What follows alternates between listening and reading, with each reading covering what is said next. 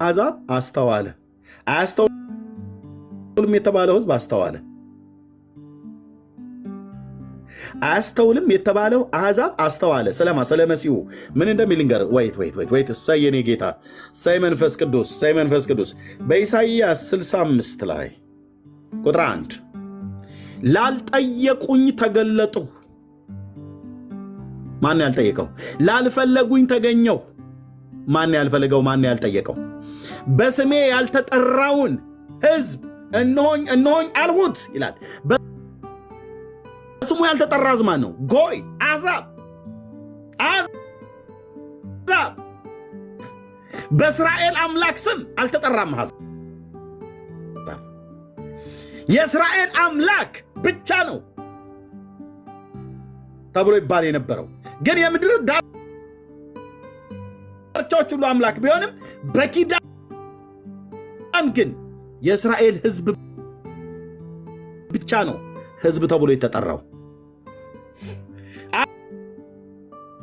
አሕዛብስ አልፈለጉትም። የት እናውቀውና የትኛው? በስሜ ያልተጠራውን ሕዝብ በስሙ የተጠራ ማን ነው? እስራኤል። በስሙ ያልተጠራ ማን ነው? አሕዛብ። ጎይ ማን ነው ተናጋሪው? ኢሻያው። እነሆኝ እነሆኝ አልሁት፣ ይኸውልህ አለሁልህ አልኩት አለ።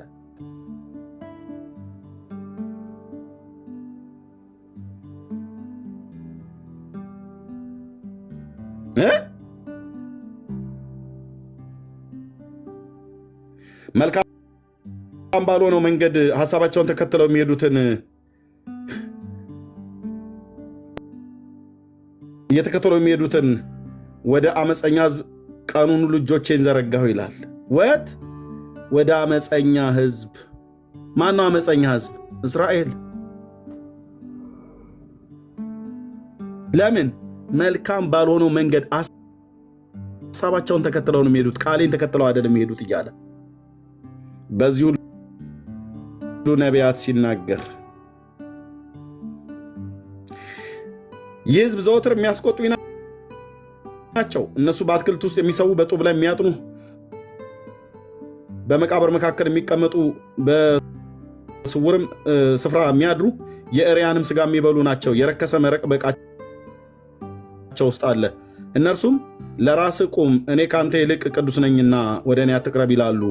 ስለዚህም በአፍንጫዬ ዘንድ ጢስ ቀኑን ሁሉ እንደምትነድድ እሳት ናቸው። ላልፈለጉኝ ተገኘው።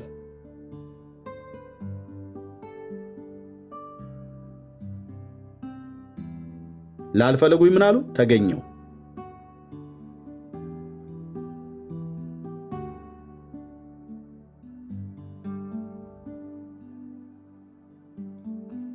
ለምንድን ነው ታዲያ አሁንም እንኳን እስራኤላውያን ለምንድነው ቆም ብላችሁ የማታስቡት? ወገኖች አሕዛብ ጎይ ምንም እንደምታስገቡት ወገኖች፣ እሺ ጎይ የተባለ አሕዛብ የተባለ ጎይ የተባለ አሕዛብ የተባለ የዳዊትን ልጅ መሲሁን የሺዋ እያለ ሲዘምርለት አንተ ትረግመዋለህ። ለምን? የአምላክህን የእግዚአብሔርን ቃል ስላላወቅህ።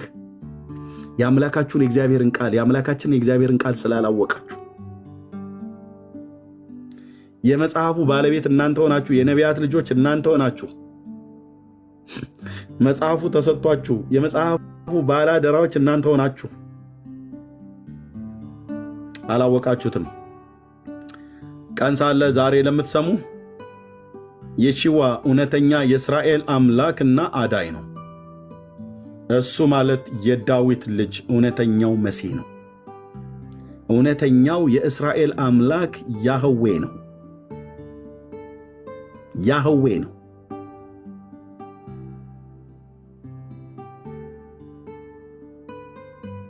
ኢማኑኤል ተብሎ የተጠራ ሰው የለም። ኤልጊቦር ተብሎ የተጠራ ፍጡር የለም። የሚወለደው ብላቴና የዳዊት ልጅ የእሴይ ቁጥቋጥ እሱ ማለት አወጣጡ ከቀድሞ ጀምሮ ከዘላለም የነበረ የእስራኤል አምላክ የአብርሃም የይስሐቅ የያዕቆብ አምላክ ያህዌ ነው። ማ የሽዋ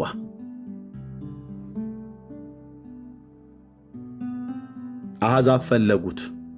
አሕዛብ ይፈልጉታል እንዳለ ኢሳይያው አሕዛብ ፈለጉት፣ እስራኤል ግን አልፈልገውም አለ። የቆመውን የእሴይን ሥር አሕዛብ ይፈልጉታል። አትነቃም አንተ ወንድሜ፣ አትነቂም አንቺ እህቴ፣ እስራኤላዊቷ እህቴ፣ እስራኤላዊ ወንድሜ አትነቃም። አንድን እስራኤላዊ ሰው ብለህ የምትለው ሰው ብቻ አይደለም፣ አምላክ ነው፣ ግን ሰው ነው። አይሁዳዊ ሰው ቤትልሔም ኤፍራታ የዛሬ 2000 ዓመት በበረት ድንግሊቱ ኢሳይያስ እንደተናገረ ተወለደ። እዛው ምድር ላይ አደገ። ገሊላ ናዝሬት አደገ። ቤትልሔም ተወለደ። አስተማረ። በምድራችሁ ላይ እየተመላለሰ በእጆቹ የተደረጉ ተአምራት ማናችሁም አትክዱትም። ከግብፅ አስማት ተምሮ ነው። ከቤተ መቅደስ እንዲና እንደዛ ሰርቆ ነው። የፈለጋችሁ ማሳበቢያ ብታመጡ በእጆቹ የተደረጉ ተአምራቶች በማንኛውም ነቢይ አልተደረገም። ያለ ጥፋቱ ያለ ኃጢአቱ ያለ በደሉ ለሮማውያን ተላልፎ እንዲሰጥ አደረጉ። ገደሉት በመስቀል ላይ።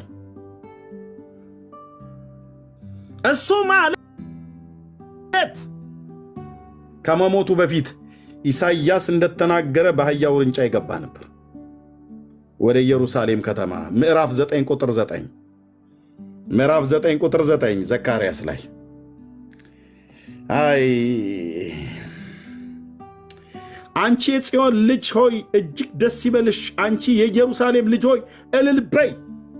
ለምን እልል ትላለች? ለምን ደስ ይበላት? እነሆ ንጉሥሽ ጻድቅና አዳኝ ነው። ዋት ጻድቅና አዳኝ ነው። የሰው ጻድቅ የሰው አዳኝ የለም። ያህዌ ነው ማለት ነው። ጻድቁና አዳኙ ጌታ የእስራኤል አምላክ ያህዌ ነው። ትሑት ሆኖ በአህያና በአህያይቱ ግልገል በውርንጫይቱ ላይ ተቀምጦ ወደ አንቺ ይመጣል። መሲህ የሚመጣው እንዲህ ነው ይላል።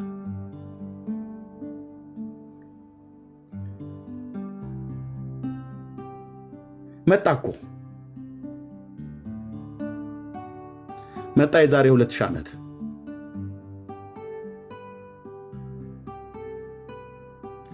ማንም ያስተዋለ የለም። ለምን? መጽሐፉን ከድነውት አያነቡትም።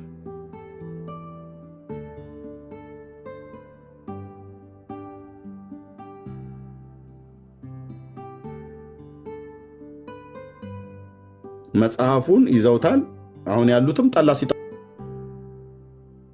ነው የሚውሉት። አረቄ ሲጠጡ፣ ጠላ ሲጠጡ፣ ድራፍት ሲጠጡ፣ ቢራ ሲጠጡ፣ ፖለቲካ በማይመለከተው ፋኖ፣ ሸኔ፣ ኦነግ፣ አብይ ይላል። አንተ እኮ እስራኤላዊ ነህ፣ አይመለከተም ስለ ኢትዮጵያ። አንተ ማለት ያለብህ ሐማስ ምናምን ነገር ማለት ያለብህ ሂዝቦላ በማይመለከተው በኢትዮጵያ ፖለቲካ ውስጥ ገብቶ አታነብም ቶራን፣ አታነብም ታናክን። እንደ መሲ ነው የምናየውትና ኑ በአህያ ላይ ይቀመጡ ብለህ ብትል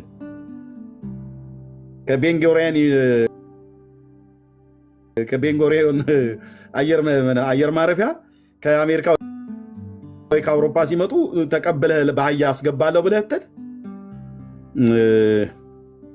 በጌታ ሰላም ወደ አብርሃም እቅፍ ይልኩሃል። አብርሃም እንኳን በገነት ነው ያለው፣ ወደ ሲኦል ይልኩሃል ማለት ነው ባጭሩ።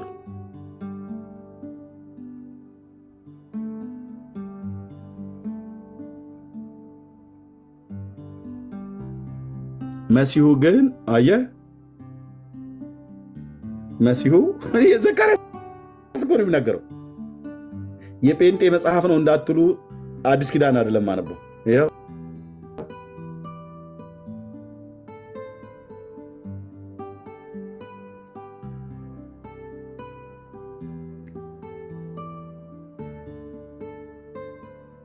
እሱ ማለት እውነተኛ ጌታ የእስራኤል አምላክ እውነተኛው መሲህ እውነተኛው አዳኝ ነበር። ያለፈው ትውልድ አለፈውና ተላለፉ።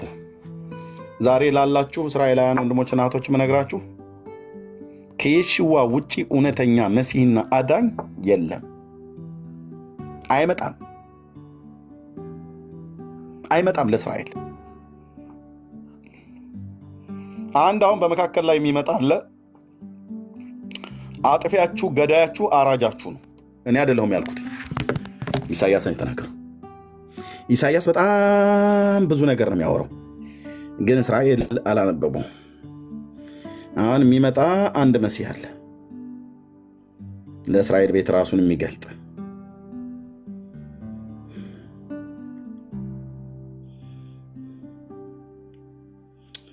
ይኸውልህ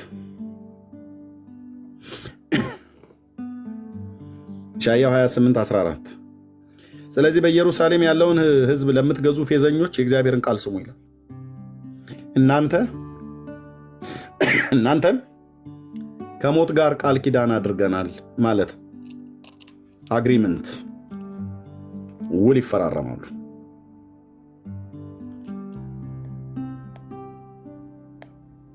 ከማጋ ሞት የተባለው ማን ነው?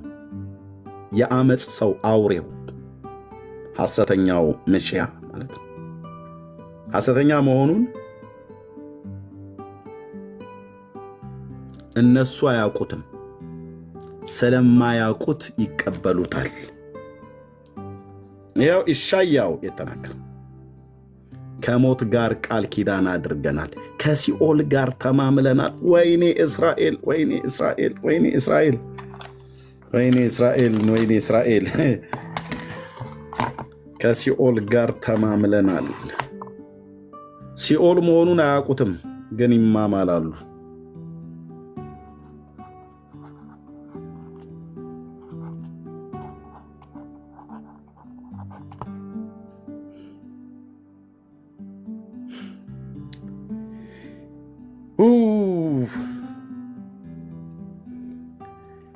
ሐሰትን እውነትን ሳይሆን ሐሰትን መሸሸጊያችን አድርገናል። ኢሳይያስ ነው የሚናገረው፣ የአዲስ ኪዳን መጽሐፍት አይደለም። በሐሰት ተሸሽገናል፣ በሐሰት መሸሸጊያችን አድርገናል፣ በሐሰትም ተሰውረናል። ሐሰትን መሸሸጊያው፣ ሐሰትን መሰወሪያው፣ የሚትረፈረፍ መቅሰፍት ባለፈ ጊዜ አይደርስብንም ስላላችሁ ብሎ ካለ በኋላ ይሄንን ሐሳብ ሳይጨርሰው ኢሳይያስ የነቢያቱ ልማድ እንዲህ ነውና በመካከል ሌላ ያስገባል። ይሄንን ሳይጨርስ ይሄንን አመፀኛ ሰው ሞትና ሲኦል የተባለውን ሳይጨርስ እውነተኛውን መሲህ ያስገባዋል። ይታያቸው ወንድሞች ናቶች፣ ሐሰተኛውን ሳይጨርስ ኢሳይያው እዚህ ጋር ይቀጥለዋል፣ ይሄኛውን እዚህ ጋር ይቀጥለዋል። በመካከል ግን ይሄን አስገባው። አቤት የኔ ጌታ፣ አቤት የኔ ጌታ። እዚህ ጋር ገባው ማን ነው? ስለዚህ ጌታ እግዚአብሔር እንዲህ ይላል፣ እነሆ በጽዮን ድንጋይን ለመሰረት አስቀምጣለሁ፣ የተፈተነው የከበረውን መሰረቱን የጸናውን ማዕዘን ድንጋይ የሚያምን አያፍርም። ይሄ ማን ነው? መሲያው የሺዋ መሃል ከተተው። ማን? በጽዮን ድንጋይን አኖራለሁ ለመሰረትነት። ይህን ሳይጨርስ አልጨርሰውም፣ እዚህ ጋር ይጨርሰዋል። መካከል ላይ ስለ ሞት እያወራ የተፈራረሙትን ቃል ኪዳን እያወራ ሕይወትን መካከል ላይ ጨመረው። ከዛስ ይሄንን እንዲቀበሉ ማለት ነው። በእርሱ የሚያምን አያፍርም ብሏቸው፣ ይሄንን የማይቀበልስ ይሄኛውን ሐሳብ እዚህ ጋር ሲቀጥለው ለገመድ ፍርድን ለቱንቢም ጽድቅን አደርጋለሁ፣ በረዶም የሐሰትን መሸሸጊያ ይጠርጋል፣ የተሰወሩበትን ማለት ነው። ውሆችን መሰወሪያውን ያሰጥማሉ ካለስ በኋላ ከሞት ጋር ያደረጋችሁት ቃል ኪዳን ይፈርሳል። እሰይ ጌታዬ፣ እሰይ ይፈርሳል። ቃል ኪዳኑ ይፈርሳል። ከሲኦል ጋር የተማማላችሁት መሐላ አይጸናም። እድሜያችሁ አጭር ነው እያላቸው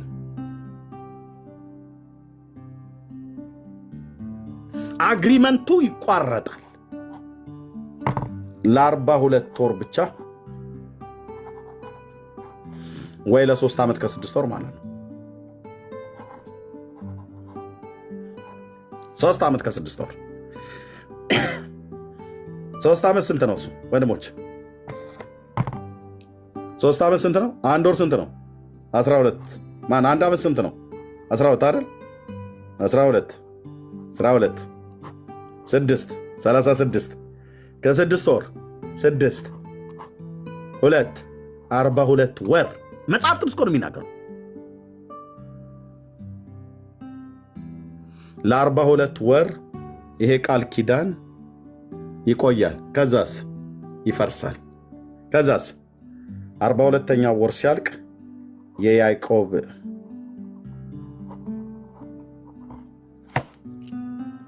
የመከራ ዘመን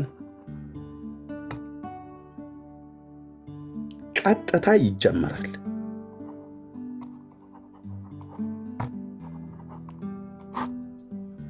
ይህ የያዕቆብ የመከራ ዘመን የተባለው ለእስራኤል ቤት ብቻ የሚመጣ መከራ።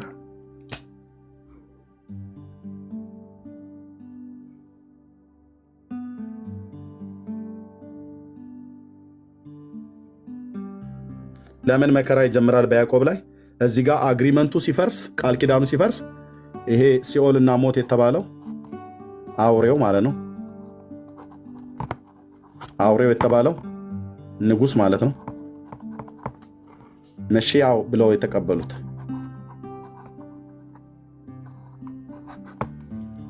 ሲያመፁበት ጦርነት ያስጀምርባቸዋል። ይሄ ማለት የያዕቆብ የመከራ ዘመን ማለት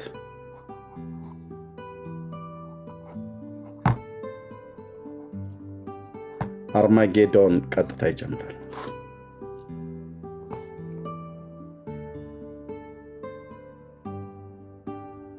ደስ የሚለው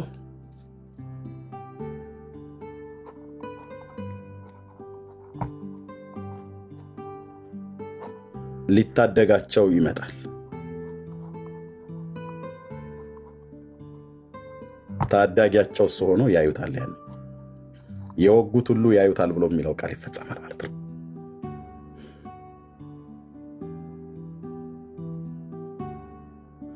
አሁን እስራኤልን እዚህ እናጥፋ ምናምን ነገር ብለው የሚሉ ሰዎች አይችሉም፣ ሊያጠፉት አይችሉም። እስራኤልን እውነቴን ነው የምልህ፣ አይችሉም።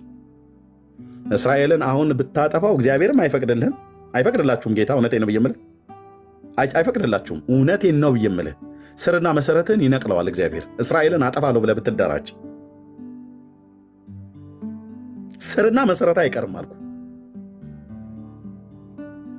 እስራኤልን አሁን አጠፋለሁ ብለህ ብትል ይሄን ሁሉ ትንቢት ውሸት ልታደርገው ነው ማለት ነው። ማለት መሺያው አይመጣም ማለት ነው። የአርማጌዶን ጦርነት ሁሉ ይቋረጣል ማለት ነው፣ ይቀራል ማለት ነው። የእስራኤል ሕዝብ ከሌለ በማን ላይ? ጌታ ደግሞ እንደ ዘላለም ሐሳቡ ለአብርሃምና ለዳዊት የገባው የዘላለም የተስፋ ቃል ሁሉ ይሻራል ማለት ነው። ስለዚህ እስራኤልን ተኩሰህ 1000 ባለማም ነገር ባለፈው እንደነበረው 300 200 100 ወይ 5 ወይ 3 ወይ 2 እንደዚህ እየገደልክ እሷም እየጨፈጨፈች እያጠፋች እንዲሁ እንዳለ መካከለኛው ምስራቅ ሰላም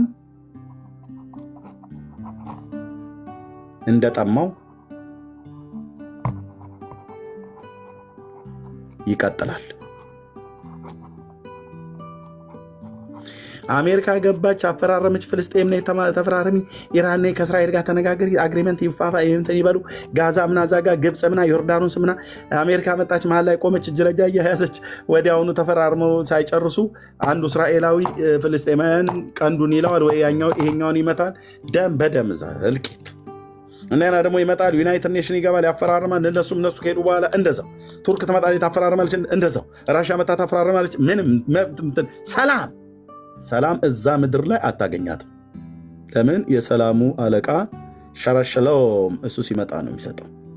እሱ በሚመጣ ሰዓት ላይ እስራኤል በሰላም ተዘልሎ ይኖራል። ማ ሲመጣ? መሽያው።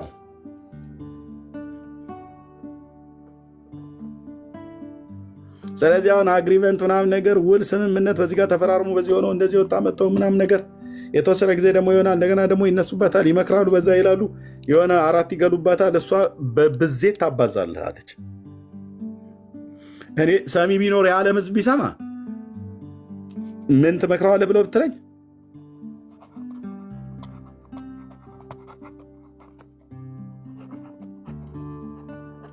ለምን መሰለው ወንድምዬ?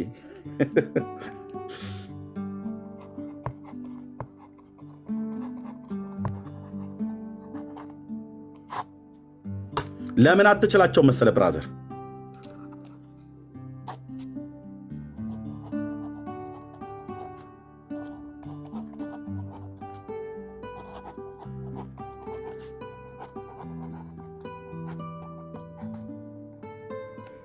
ኪዳኑ ይደፋል አልኩ። ባጭ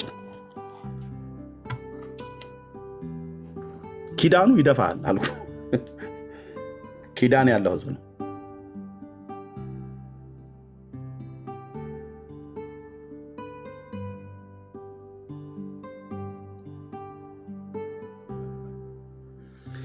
የሺዋን ሳትቀበሉ እንዳትሞቱ እስራኤላውያን ወገኖች፣ እሺ የሺዋን ሳትቀበሉ የዘመናችሁ ቁጥር እንዳያልቅ። እሱ ሳይመጣ በፊት ሰዎች ሁሉ እየሞቱ ይሄዳሉ፣ ወደ መቃብር ይገባሉ። ያም ብቻ አይደለም፣ ለዘላለም ነው። አይሁድ ይሁን እስራኤላዊ በየሺዋ በመሲሁ ባያምን ይጠፋል። ለዘላለም ነው የሚጠፋው። ጌታ ተናግሯል። የብሉይ ኪዳን ነቢያት ተናግረዋል። እሱን ሳታምኑት እንዳትሞቱ።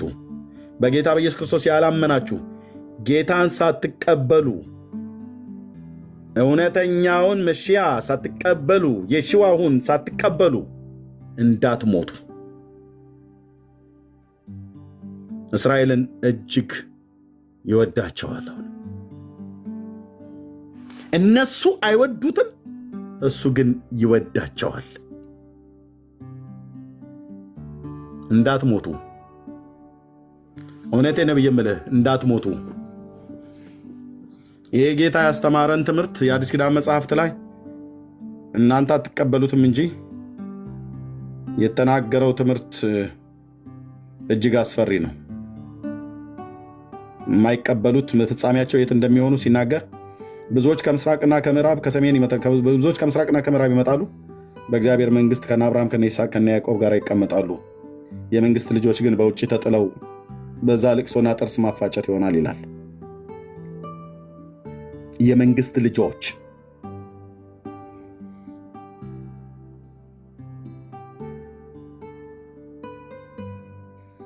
ነገርኳችሁ። አምላኬ እግዚአብሔር ያውቃል እንዴት እንደምወዳችሁ እስራኤላውያን። ጌታ በእናንተ ላይ አጀንዳ አለው፣ ዓላማ አለው፣ አልጨረሰም። ከዚህ በኋላ የምትቀበሉት እውነተኛ መሲህ ካለ ሊታደጋችሁ በዚህ በያዕቆብ የመከራ ዘመን በአርማጌዶን ላይ ይመጣል ጌታ። ወንድሞች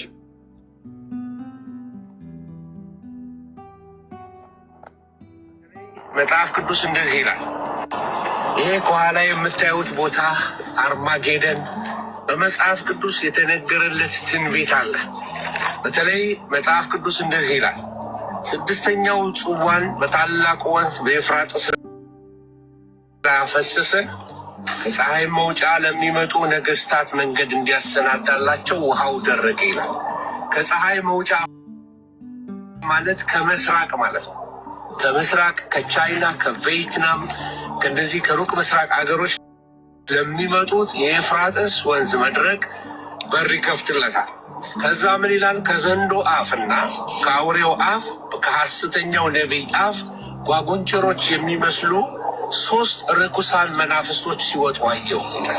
እነዚህ 3 ርኩሳን መናፍስቶች ጓጉንቸር ይመስላሉ፣ በምድር ላይ የሚወጡ ናቸው። ወጥተው የሚያደርጉት የጦርነት መንፈስ ነው የሚያመጡት። ጦርነት ያስነሳሉ። እንደዚህ ይላል፣ ምልክት እያደረጉ የአጋንንት መናፍስት ናቸው። በታላቁ ሁሉን በሚገዛ በእግዚአብሔር ቀን ወደሚሆነው ጦርነት እንዲያስከትቷቸው ወደ ዓለም ሁሉ ነገስታት ይወጣሉ። እነዚህ ጓጎንቸር መናፍስቶች የሚያደርጉት ነገስታትን ለጦርነት በእስራኤል ላይ የሚያነሳሱ እስራኤልን ለማጥፋት የሚነሳ የመጨረሻው ዘመን መንፈስ ነው። በጓጎንቸሮች ተመስሏል።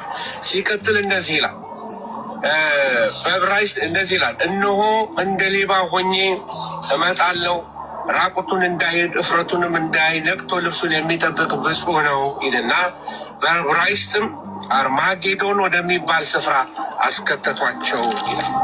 ይሄ ልክ በ6ኛው ጽዋ ጊዜ ሲደፋ የሚመጣው ይሄ የአርማግ ቀጥታ ትንቢት የሚመለከተው ይህንን እዚህ ላይ ነው እንግዲህ ያለ የዓለም ህዝብ ሁሉ የሚተላለቀው የሽዋ መሲሁ ኢየሱስ ክርስቶስ ይህንን ሜዳ ይሞሉታል፣ እንደ አንበጣ ሆነው ይሞሉታል። እስራኤልን ለማጥፋት ነው የሚመጡት። በምስራቅ ያሉ በሙሉ መንግስታት ፓስተር ቻይናና ቪየትናም እና ሌሎችን ነው ብሎ ያለው ልክ ነው። ከምስራቅ ያሉ በሙሉ ፓኪስታን፣ አፍጋኒስታን፣ ኡዝቤኪስታን፣ ኪርጊስታን፣ ካዛኪስታን፣ ሞንጎሊያ፣ ቻይና፣ ሩሲያ ከሰሜን በኩል ማለት ነው እነ ሰሜን ኮሪያ ዋቴቨር የምትላቸው በሙሉ የአረብ ሀገራት ሁሉ በሙሉ ተጨምረው ኢትዮጵያም ጨምራለችበት በዚህ ውስጥ ተሳታፊ ሆና ኦኬ ይመጣሉ። እስራኤልን ሊውጡ፣ እስራኤልን ሊያጠፉ እዚህ ይከማቻሉ። ይሄ ነው ሜዳው። እስራኤል ልማት እንኳን አልሰራችበትም። በዚህ ሜዳ ላይ የምስራቅ ነገስታት ይመጣሉ። የምስራቅ ነገስታት በዚህ ቦታ ላይ ያላቸውን መሳሪያ፣ ታንኮቻቸውን፣ ሚሳይሎቻቸውን፣ ሰራዊቶቻቸውን ያላቸውን የሰለጠነ የጦር ዕቃ በሙሉ በዚህ ቦታ ላይ ነው የሚያወጡ። ይሄ በቃ ምንድነው የሚባለው? ማዘር ኦፍ ኦል ዋርስ፣ የጦርነቶች ሁሉ እናት በተባለችው የመጨረሻው ጦርነት እዚህ ነው የሚደረገው። ጌታችን ኢየሱስ ክርስቶስ እስራኤልን ሊያድን መጀመሪያ የሚመጣው እዚህ ቦታ ቦታ በሙሉ ይህንን የአርማጌዶንን ወይም የጓጉንቸሮቹን የሲኦልን ኃይላት የሚያሸንፋቸው የሚመታቸው እዚህ ሜዳ ላይ ነው። ከዛ በደብረ ዘይት ተራራ ግን በክብር ይገለጣል። ሃሌሉያ። እዚህ ቦታ ላይ ነው እንግዲህ ወንድሜ ዓለም የሚተላለቅ የዓለም መንግስታትና የእስራኤል ጉዳይ እዚህ ጋር ጦርነቱ ስታርት ይላል።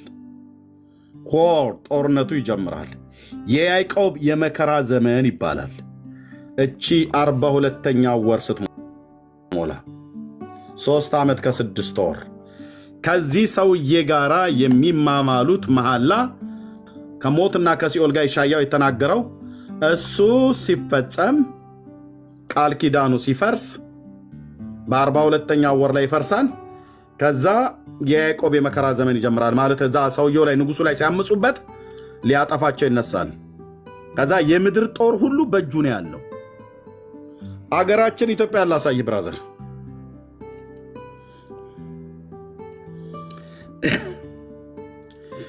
ዳንኤል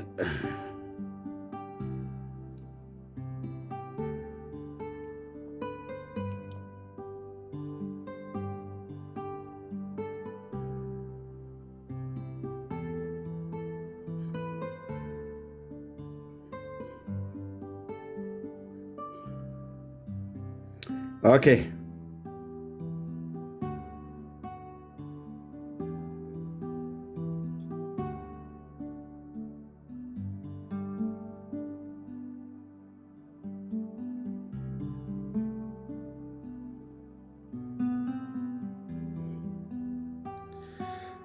ክፍሉ ረጅም ነው። ትንቢተ ዳንኤል መጽሐፍ ምዕራፍ 11 ቁጥር 36 ጀምሮ ንጉሱም እንደ ፈቃዱ ያደርጋል፣ ራሱንም ከፍ ከፍ ያደርጋል። አውሬው ማለት ነው። በአማልክት ሁሉ ላይ ራሱን ታላቅ ያደርጋል፣ በአማልክትም አምላክ ላይ በትዕቢት ይናገራል። አውሬው ልብ በልና ያዝልኝ። ኢሳይያው 28 ላይ የተናገረው ኢሳይያስ 28 ላይ የተነገረው አውሬ ወይ ደግሞ በእኛ በአዲስ ኪዳን ይህም የኛ ነው።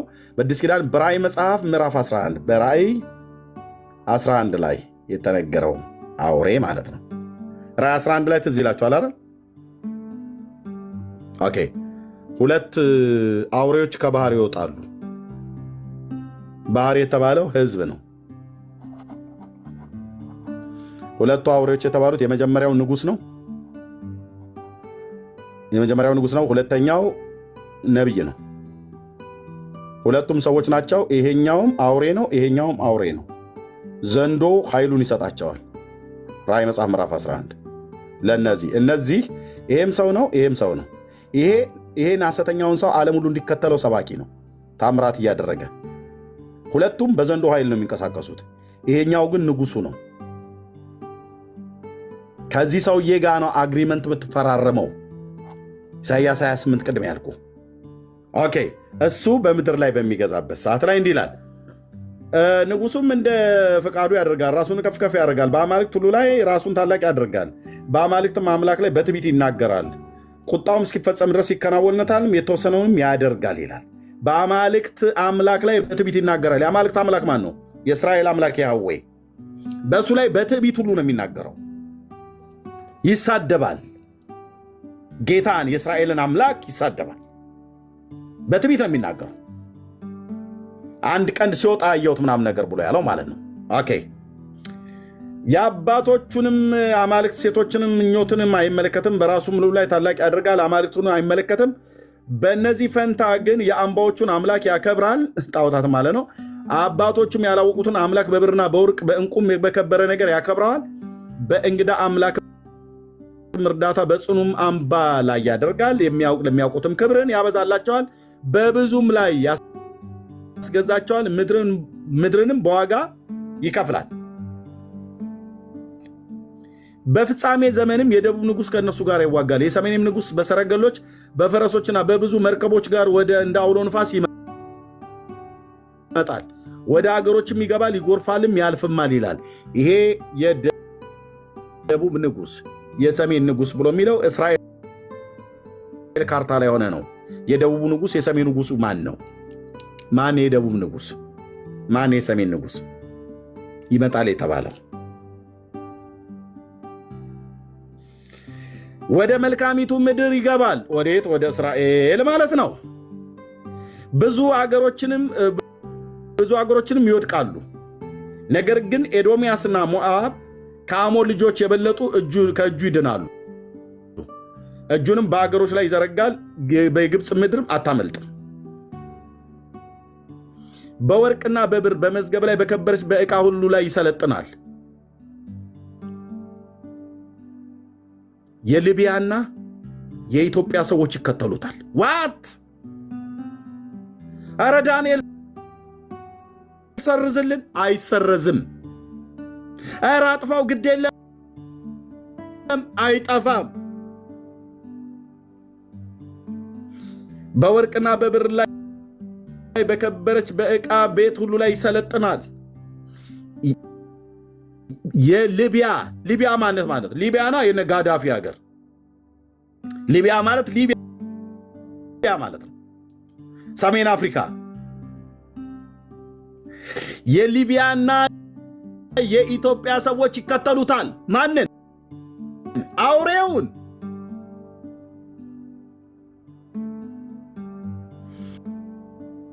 ቆይማ አንተዬ፣ ቆይማ ኢትዮጵያ ከነ ራሽያ ጋር ምን ነበር አሁን መገበያያ ገንዘባቸው ብለው ያሉት? ምንድነው አሁን አዲስ ገንዘብ ሊያዘጋጁ የፈለጉት? ቻይናና ሩሲያ እነ ህንድ ኢትዮጵያ ሁሉ ገብታበታል። ኢትዮጵያና ግብፅ ገብተውበታል። በጣም የሚገርመው ኢትዮጵያና ግብፅ ገብተውበታል። ምንድነው? ብሪክስ ብሪክስ አዎ BRI አይደል CKS ነው ብሪስክ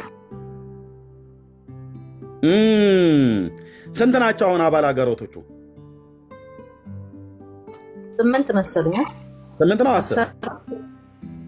8 ናቸው ታላቅ ሀገሮች 8 ናቸው 10 ናቸው ታላቆች 10 7 ይላሉ 8 10 ኦኬ 10 ናቸው ኦኬ በእነዚህ ላይ አሁን ቁጥራቸው ይጨምር ይሆን ወይስ አይጨምርም ካልጨመረ ዘንዶው ማነው አውሬው ስንት ቀንዶች አሉት ይላል ዘንዶ ስንት ቀንዶች አሉት ይላል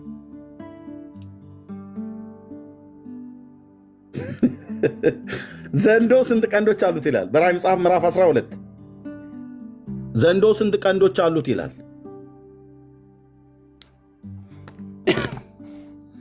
ጉዳያችሁ ነው ባታወጡ እኔ አውጥቼ አላነበውም እንዴ አኩርፋችሁ ነው ምንም አልቀይረውም የተጻፈን የት እንቀይረዋለን ኦኬ ሌላ ምልክት በሰማይ ታየ እነሆ ታላቅ ቀይ ዘንዶ 7 ራሶች 10 ቀንዶች ቀንድ ምንድን ነው ቀንድ ኃይል አይደለ ቀንድ አዎ ኃይል ነው ያው ነገስታት ማለት ነው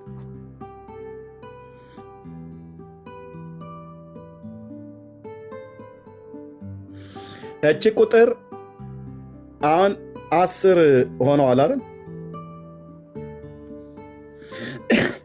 እነዚህ አገራት በሙሉ አሁን ብሪስክን ያደርጉት አገራት በሙሉ ምስራቃውያን ናቸው ወይስ ምዕራባውያን ምስራቃውያን ናቸው አይደል ቻይና ብለህ ብትል ከእስራኤል ምስራቅ ነው ህንድ ብለህ ብትል ከእስራኤል ምስራቅ ነው እነ ብራዚል ናቸው ርቀት ላይ ያሉት እንጂ ዋቱ ጅራ ይላል ኦሮሞ እዚህ ጋር ይሄ ቁጥር አሁን ጨምሮ 15 ቢሆኑ 20 ቢሆኑ ተንኮታኩተው መተው 10 ይሆናሉ እነዚህ 10ሩ ነገስታት ከአውሬው ጋር አንድ ቀን ስልጣንን ይቀበላሉ ማን ያለው ዳንኤል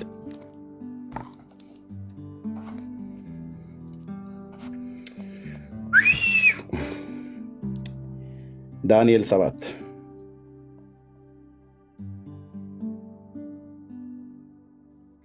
ምን ይላል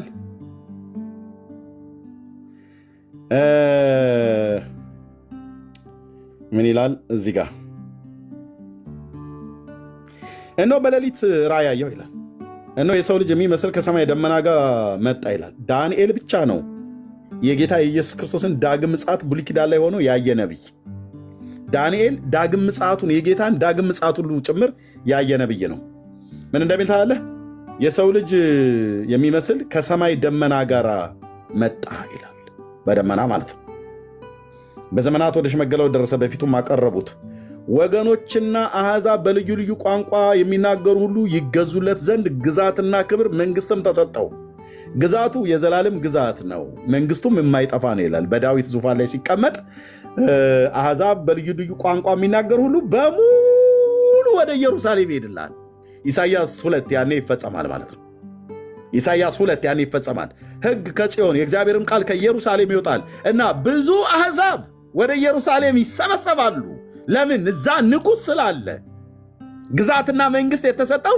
የዳዊት ልጅ የሺዋ በኢየሩሳሌም ስለሚነግስ ግዛቱ የማይጠፋ ግዛት ነው መንግስቱ የማይጠፋ መንግስት ነው በእኔም በዳንኤል በሥጋ ውስጥ መንፈሴ ደነገጠ ይችላል እንዴት አደነግጠ ዳንኤል እንኳን አይተው አይደለም እኛ እንኳን እያነበብን ያንተን መልእክት እየደነገጥን ነው አስገራሚ ነው የእግዚአብሔር ቃል መንፈሴ ደነገጠች የራሴ ራእይ አስቸገረኝ ይላል በእኔም ከቆሙት ወደ አንዱ ቀርቤ ስለዚህ እውነቱን ጠየቅኩት እርሱም ነገረኝ የነገሩን ፍቺ አስታውቀኝ ይላል እሺ እነዚህ አራቱ ታላላቅ አራዊት ከምድር የሚነሱ 4 ነገስታት ናቸው አለ አራዊቶቹ ድብ አንበሳ ድብና ነብር ምናምን ነገር የተባሉት ማለት ነው የልዑልን ነገር ግን የልዑልን ቅዱሳን መንግስቱን ይወስዳሉ እስከ ፍጻሜው እስከ ዘላለም ድረስ መንግስቱን ይወርሳሉ ከዛስ ከዚህ በኋላ ከቀሩት ሁሉ ተለይታ እጅግ ስለምታስፈራው ጥርሶቿ ብረት ጥፍሮቿም ናስ የሆኑትን ስለምትበላውና ስለምታደቀው የቀረውን በእግሯ ስለምትረግጠው ስለ አራተኛይቱ አውሬ ሮም በራሷም ላይ ስለነበሩት ስለ 10 ቀንዶች በራሷም ላይ በኋላም ስለወጣው በፊትም ስለወደቁት አይኖችና ትዕቢት የተናገረ አፍ ስለነበሩት መልኩም ከሌሎች ስለበለጠ ስለሌላው ቀንድ እውነቱን ለማወቅ ፈለጉ። እነሆ ያ ቀንድ ከቅዱሳን ጋር ሲዋጋ አየሁት ይላል።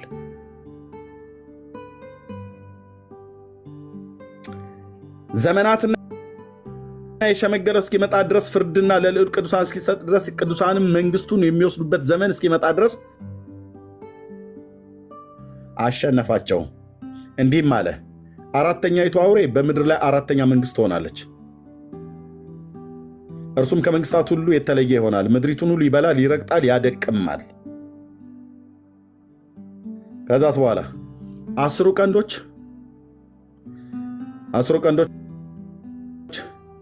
ከዚያ መንግስት የሚነሱ 10 ነገስታት ናቸው። ቀንድ ነገስታት ነው ያልኩት፣ ዳንኤል ነው ያለው። ኃይል ነው፣ ልክ ነው። በዕብራይስጡ ኃይልም ይለዋል እህትየው፣ ልክ ነሽ። ግን ቀንድ ብሎ ማለት ንጉስ ማለት ነው። ነገስታት ወይ ንጉስ ማለት ነው። ለምሳሌ በሉቃስ ወንጌል መጽሐፍ ምዕራፍ 1 ላይ ዘካርያስ ትንቢት ሲናገር የተናገረውን ታስታውሳላችሁ። የእስራኤል ጌታ አምላክ ይባረክ፣ ጎብኝቶ ለህዝቡ ቤዛ አድርጓልና ከጥንት ጀምሮ በነበሩት በቅዱሳን ነቢያት አፍ እንደተናገረ በብላቴናው በዳዊት ቤት የመዳንን ቀንድ አስነስቷል ይላል። የምን የመዳንን ቀንድ? የመዳን ቀንድ ማለት የሚያድን ንጉስ ማለት ነው። የመዳን ቀንድ።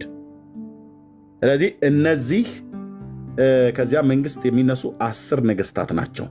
ከእነርሱም በኋላ ሌላ ይነሳል፣ እርሱም ከፊተኞቹ የተለየ ይሆናሉ። 3ቱን ነገስታት ያዋርዳል። ከ10ሩ 3ቱ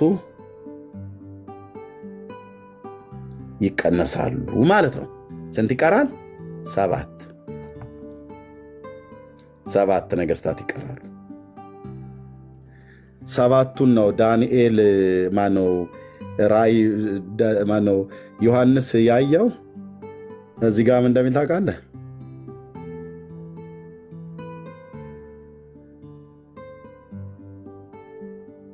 አስር ቀንዶች አየ፣ ግን ደግሞ 7 ራሶችና 7 ዘውዶች አየ።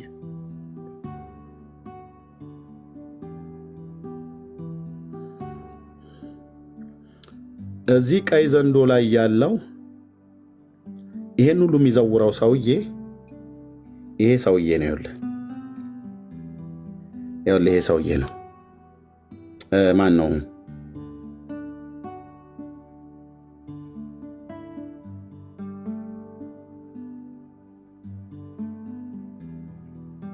ቆይ ይሄ ሰውዬ ነው። አንድ አውሬ ከባህር ሲወጣ አየሁ ያለው ማለት ባህር ሚንስ ህዝብ ማለት ነው። ከዚህ ዓለም ነው የሚወጣው። ይህ አውሬ ማን ነው?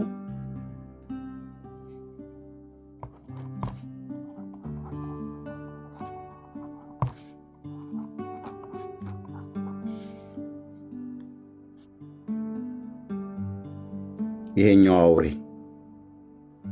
ስንት ቀንዶች ነበሩት ይላል? 10 ቀንዶች።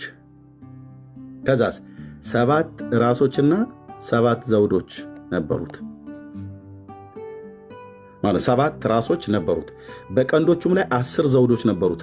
በራሶቹም ላይ የስድብ ስም ነበረው። ያየሁትም አውሬ ነብር ይመስል ነበር ይላል። እግሮቹ እንደ ድብ አፉም እንዳንበሳ ነበሩ። ዘንዶ ኃይልና ስልጣኑን ሰጠው ይላል። ይሄ ሰው ነው።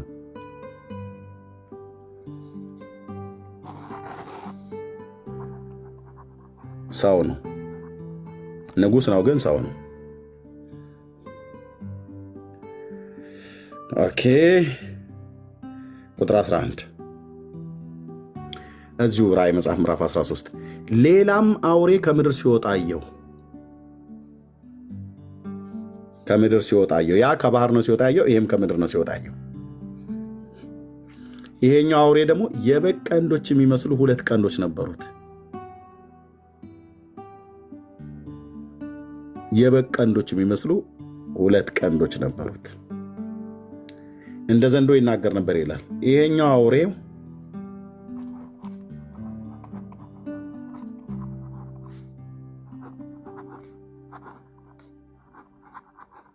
ይሄም ሰው ነው።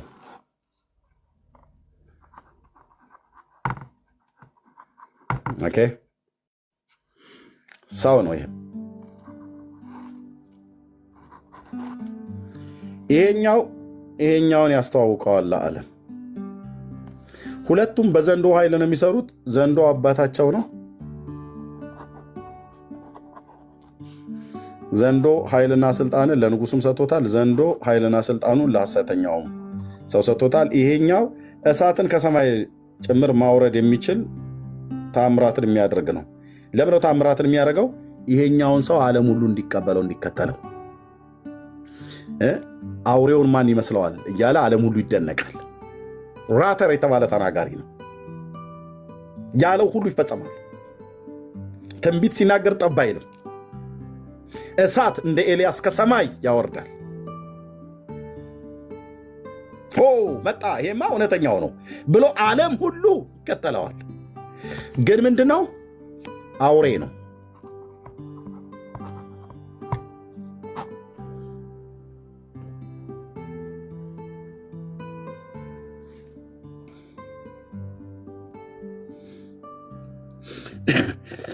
ያው እሳትም እንኳን ከሰማይ ወደ ምድር በሰው ፊት እስኪያወርድ ድረስ ታላላቅ ምልክቶችን ያደርጋል። እሳት እኮ አልኩ፣ በትክክል እሳት ያወርዳል። እንዴ ይሄማ ነብዩ ኤልያስ ነው እንዴ? ይሄማ በጌታ መንፈስ ካልሆነ በስተቀር ማንም ሰይጣንማ እንዲህ አያደርግም ብለክ ዓለም እንዳይል አድርጎት እንደዛ። የእግዚአብሔር ልጆች ግን ነቃበል። አሁን ምልክትን እየፈለግክ የምትሯሯጥ ትውልድ ነቃበል ብራዘር። ስሜ ተጠራ ብለህ የምታብድ ትውልድ እንደዚህ አይነት ታምራትን የሚያደርግ ሐሰተኛ ሰው ቢመጣ ይሄማ የኤልያስ አምላክ ነው የኤርሚያስ ምን ነካ ብለህ ብትለኝ አውሬ ነው እልሃለሁ። አውሬ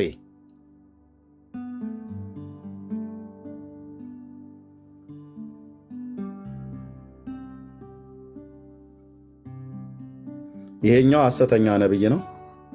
ይሄኛው ሐሰተኛው ንጉሥ ነው። የዚህኛው ስራ ይሄን ማስተዋወቅ ነው።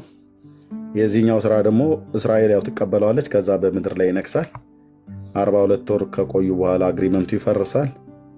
እዛ ራሱ ጌታ ነው ካፉ በሚወጣ እሳት የሚያጠፋው።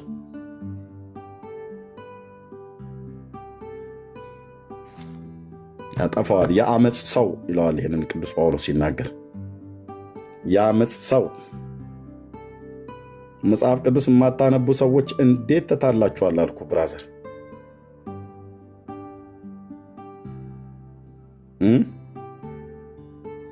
እንዴት ተታላችኋል እኮ አልኩ። የአመፅ ሰው። ነገር ግን ወንድሞች ሆይ ስለ ጌታችን ስለ ኢየሱስ ክርስቶስ መምጣትና ስለ እርሱ ወደ መሰባሰባችን በመንፈስ ወይንም በቃል ከኛ ዘንድ እንደሚመጣ በመልእክት የጌታ ቀን ደርሷል ብላችሁ ከአይምሯችሁ ቶሎ እንዳትናወጡ እንዳትደነግጡ እንለምናችኋለን። ማናቸውም በማናቸው መንገድ እንዳያስታችሁ ክደቱ አስቀድሞ ሳይመጣ የአመፅ ሰው this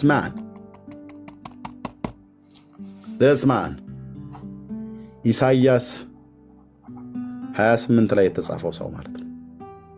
this man ራዕይ 13 ቁጥር 1 ላይ ያለው this man ሳይገለጥ ያው የአመፅ ሰው እርሱም የጥፋት ልጅ ሳይገለጥ አይደርስም።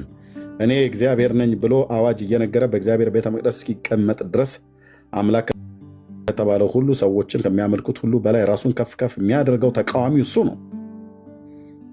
ነገር ግን ከእናንተ ጋር ሳለሁ ይህን እንዳልኳችሁ ትዝ አይላችሁ? ምን በገዛ ራሱ ጊዜ የሚገለጥ ዘንድ የሚከለክለው አሁን ታውቃላችሁ።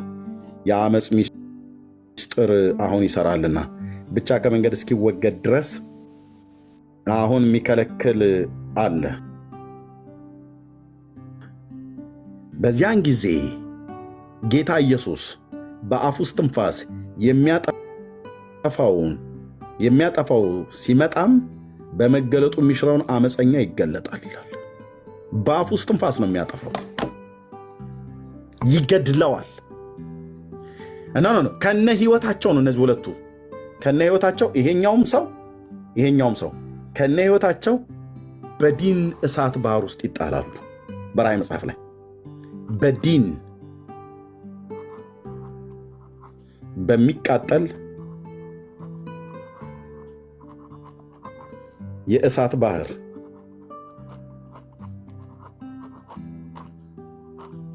ይጣላሉ። ጌታ ኢየሱስን አንቀበልም ብላችሁ የምትሉ ሰዎች አድራሻችሁ ከነሱ ጋር ትጣላላችሁ። ኢየሱስን ከምቀበል ብሞት ይሻለኛል ብለህ ያልክ ይኸው የአብርሃም አምላክ ምስክር ነው። በዲን በሚቃጠል የዘላለም የእሳት ባህር ለዘላለም ትጣላላችሁ። የእግዚአብሔር አፍ ተናግሯል።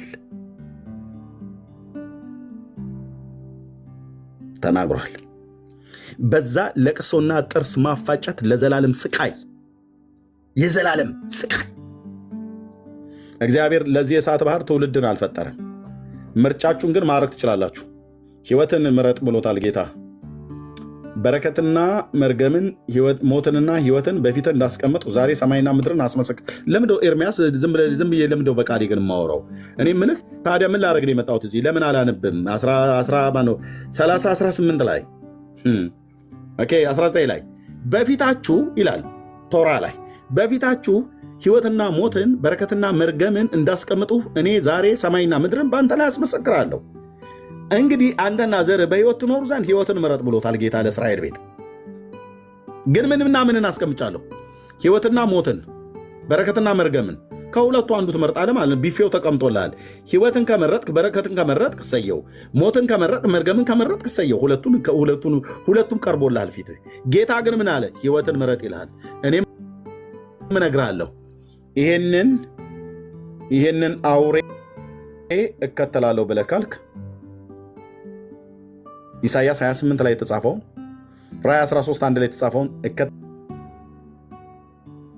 ብለህ ካልክ መጨረሻህ ይኸው። አይ የሺዋ ቀራንዮ ኮረብታ ላይ የሞተውን የዳዊት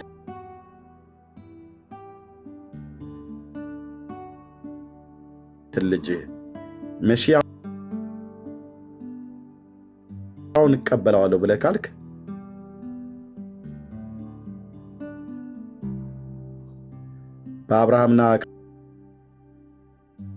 ከአብርሃምና ከይስሐቅ ከያዕቆብ ጋር በእግዚአብሔር ገነት ለዘላለም ትኖራለህ።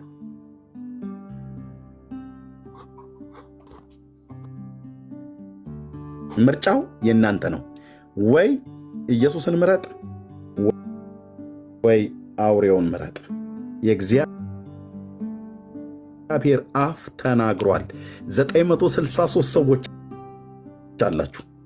ይሄንን ዘግይተህ የምትሰማ ሁሉ ወይ ለድነት ወይ ለፍርድህ ይህን ቃል ሰምተሃል። እዚህ ቤት መጥተህ ሰምተሃል። ብራዘር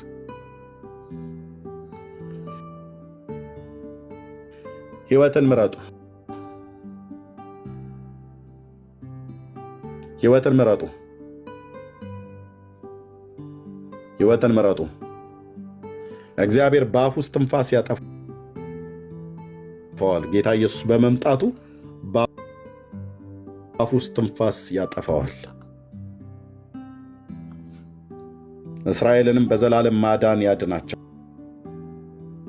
ይታደጋቸዋል። የጠፉት ይጠፋሉ። ያ ዘመን ሳይመጣ ግን በሞት ተጠርታችሁ ፍጻሜያችሁ መራራ እንዳይሆን ንስሐ ግቡ። ከዘላለም ጥፋት በኢየሱስ ክርስቶስ አምናችሁ ዳኑ። በተለይ እስራኤላውያን ወገኖች የአብርሃም አምላክ የእስራኤል አምላክ ያህዌ ዛሬም ይለምናችኋል፣ ወደ ጌታ ተመለሱ። ያ ሰው ማን ነበረ ብለህ ከግርግሩ ከጫጫታ ውስጥ ወጥተህ የዛሬ 2000 ዓመት የሞተው ያ ሰው ማን ነበረ? ይሄ የሽዋ የሚባል ሰው ማን ነው? በእኛ ዘር ውስጥ ስሙን እንድንረግመውና እንድንሰድበው እንድንጠላው ተደርጎ የተተረከልን እሱ ማን ነው? እኔ ከዚህ ግርግር ውስጥ ወጥቼ ይሄ ሰው ማን እንደሆነ መጽሐፍትን መርምሬ ልደርስበት ይገባል ብለህ ካልክ ታናክን አንብብ። ኦኬ፣ ታናክን አንብብ።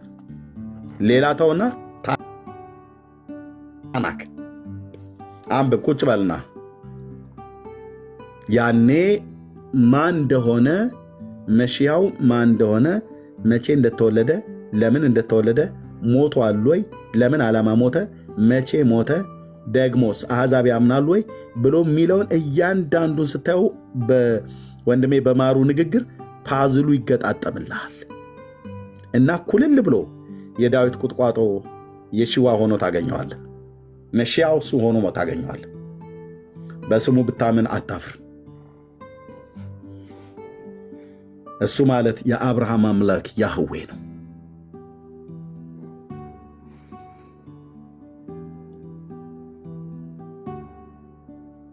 አሕዛብም አይሁድም የሚድነው በሱ ነው። ጌታ እግዚአብሔር ዘመናችሁን ይባርክ። እኩለ ሌሊት ሆኗል። ረጅም ሰዓት ቆይቻለሁ። ከዚህ በላይ መሄድ አልፈልግም። እኩለ ሌሊት ነው። ለሰላምታ ብቻ ለወንድሞች ሰላም አላሉም ጊዜ ልስትና የሰላምታ ብቻ በጣም ስለደከመኝ በዚህ ያበቃለሁ ዛሬ ማለት ነው። ፕሊስ እስራኤላውያን ወገኖች በጣም ብዙ አላችሁ። ቤተ እስራኤላውያን በይሁዲ እምነት ውስጥ ያላችሁ የምትከታተሉ በውስጥ የጻፋችሁልኝ ኤርምያስ ደስ እያለን ነው ቃል እግዚአብሔርን የምንሰማው፣ እባክህ ና እና አስተምረን እና ወደ ይሁዲነት ግባ ብላችሁ ያላችሁኝ፣ ወደ እናንተ ሃይማኖት እንድገባ ኢንቫይት ያደረጋችሁኝ ከመውደዳችሁ የተነሳ ወደ እናንተ ሃይማኖት እንድመጣ የጠራችሁኝ፣ ኦኬ ከመውደዳችሁ የተነሳ ነው። ችግር የለም፣ ወደ እናንተ ሃይማኖት ብመጣ አላፍርም። የእናንተ ሃይማኖት ግን በመጽሐፍ ቅዱሱ አስተምሮት መሰረት ትክክለኛው እምነት የሚሆነው በመሺያው ላይ ያርፋል ማለት ነው። እውነት ነው። በእስራኤል አምላክ በእግዚአብሔር ማመንን አምናለሁ አሁን። ስለዚህ ፕሊዝ እናንተ ወደ ጌታ ነው። እውነተኛው መሺያ የዛሬ 2000 ዓመት መጥቶ ሞትን ድል አድርጎ ለሰው ልጆች በደልና ኃጢአት ለእናንተ ሁሉ በደልና ኃጢአት ሞትን ድል አድርጎ ወደ ሰማያት አድርጓል። ተመልሶ ሊመጣ ነው። ዘመኑ አልቋል። ቀን ተቀጥሯል። ያችን ቀን እኛ አናቃትም እንጂ ዘመኑን እንድናውቀው ጌታ ምልክቶችን ሰጥቶናል። መካከለኛው ምስራቅ እመኑኝ አልኳችሁ፣ ሰማይ ምድር ቢደፋ የትኞቹም ነገስታቶች ለእስራኤልና ለፍልስጤም ለጠላቶቿ ሁሉ ሰላምን አያመጡ። የጥቂት ጊዜ በአይነ ቁራኛ እየተያዩ እየተገለማመጡ እየተተኳኮሱ እየተገዳደሉ ለጥቂት ጊዜ የምትኖር ሰላም ትኖራለች፣ ጭልጭል የምትል። ከዚህ በኋላ ነገሩ ሁሉ እየከፋ ነው የሚሄደው። ወንድሞቼ እናቶቼ አትጠራጠሩ። በተለይ በዚህ በሁለት ህዝብ መካከል ያለ ሰጣ ገባ እናንተ ፖለቲካ መስሏችሁ በጣም የምትቀልዱ ጴንጤዎች ሁሉ ንስሐ ግቡ። እሺ፣ በዚህ ሁለት ህዝብ መካከል በማን ኢራንና እስራኤል በሚባል ህዝብ መካከል ይኸውልህ ወንድሜ፣ ፖለቲካ ነው ብለህ የምትል ከሆነ አንተ ሰው ገና የእግዚአብሔርን ቃል ያላወቅ በጣም ምስኪን ከርታታ ሰው ነህ። የኢራን ጉዳይ የፖለቲካ ጉዳይ አይደለም። የእስራኤል ጉዳይ የፖለቲካ ጉዳይ አይደለም።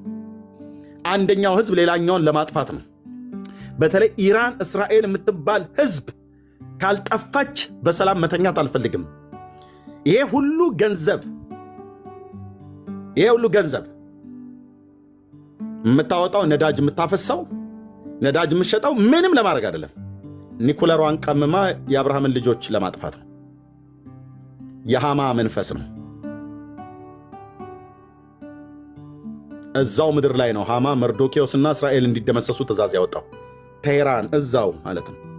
ከተማቸው ዋና ቴህራን ነው፣ ግን እሱ ያደርገው ሱሳ ብሎ የሚለው በደቡብ ባህረ ሰላጤው ከኤደን ባህረ ሰላጤ እዛው በኢራን ውስጥ ያለ ነው ሱሳ የሚባለው ማለት ነው። ወደ ኤደን ባህረ ሰላጤ ወደ ደቡቡ ፓርት ላይ ነው ያለው ሱሳ ግንብ።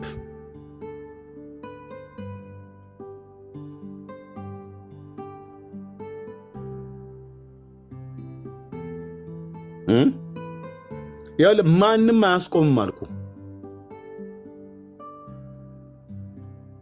የዚህ ፕላኔትን እጣ ፈንታ ይወስናል እነዚህ ሁለት ሀገራት ማለት ነው። ትኩረት አድርግልኝ። አንተ ህንድና ፓኪስታን ምናምን ነገር አሁን በባለፈው ተዋግተው ነበር ለ4 ቀን ለምናምን ነገር። ራሽያና እነ ዩክሬን ምናምን ነገር ሁሉ እነዚህ ምልክቶች ናቸው። አዎ በዓለም ላይ ያስከተለው ነገር ቀላል አይደለም። ኢኮኖሚ እንዳለን የሾቀው ዳቦ እንደዚህ ጣራ የነካው ዘይት እንደዚህ ጣራ የነካው በሙሉ 30 በመቶ ነው ምናምን ነገር የሚሆን በቆሎና ስንዴ ከነሱ ጋር ነበር የሚመጣ የነበረው። ኖ ኖ ኖ ኖ ኖ ኖ እዚህ አለ አንተ ብራዘር፣ እዚህ መካከለኛው ምስራቅ ላይ አለ፣ በእስራኤልና በኢራን መካከል ማለት ነው። እዛ ጋር ፈነዳ ማለት አለቀ ብራዘር፣ ማንም አይመልሰው።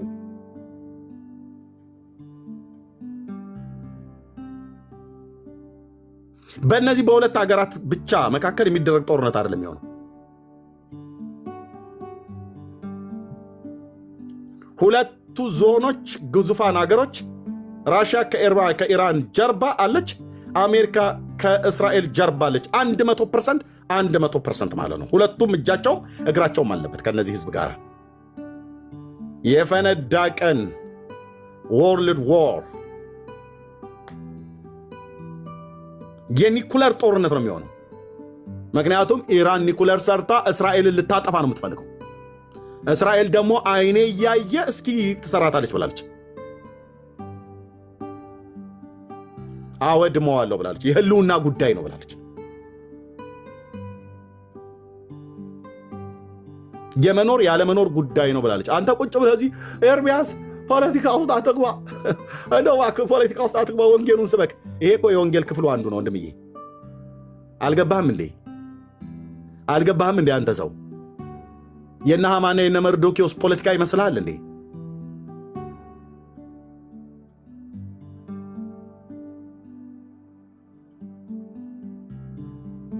ለምንድነው የመሲሁን ዘር ኢራን ማጥፋት የፈለገችው እስራኤልን? ከጥንት ጀምሮ እኮ ነው። አንተ አሁን ሰሞኑን የጀመረ መስሎ ነው አይደል? ከጥንት ጀምሮ ከባቢሎን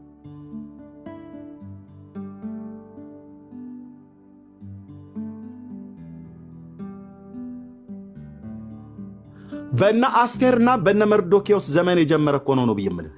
ማለት ጠፍቶ ነው እንዴ ብራዘርዬ? አጣኸው?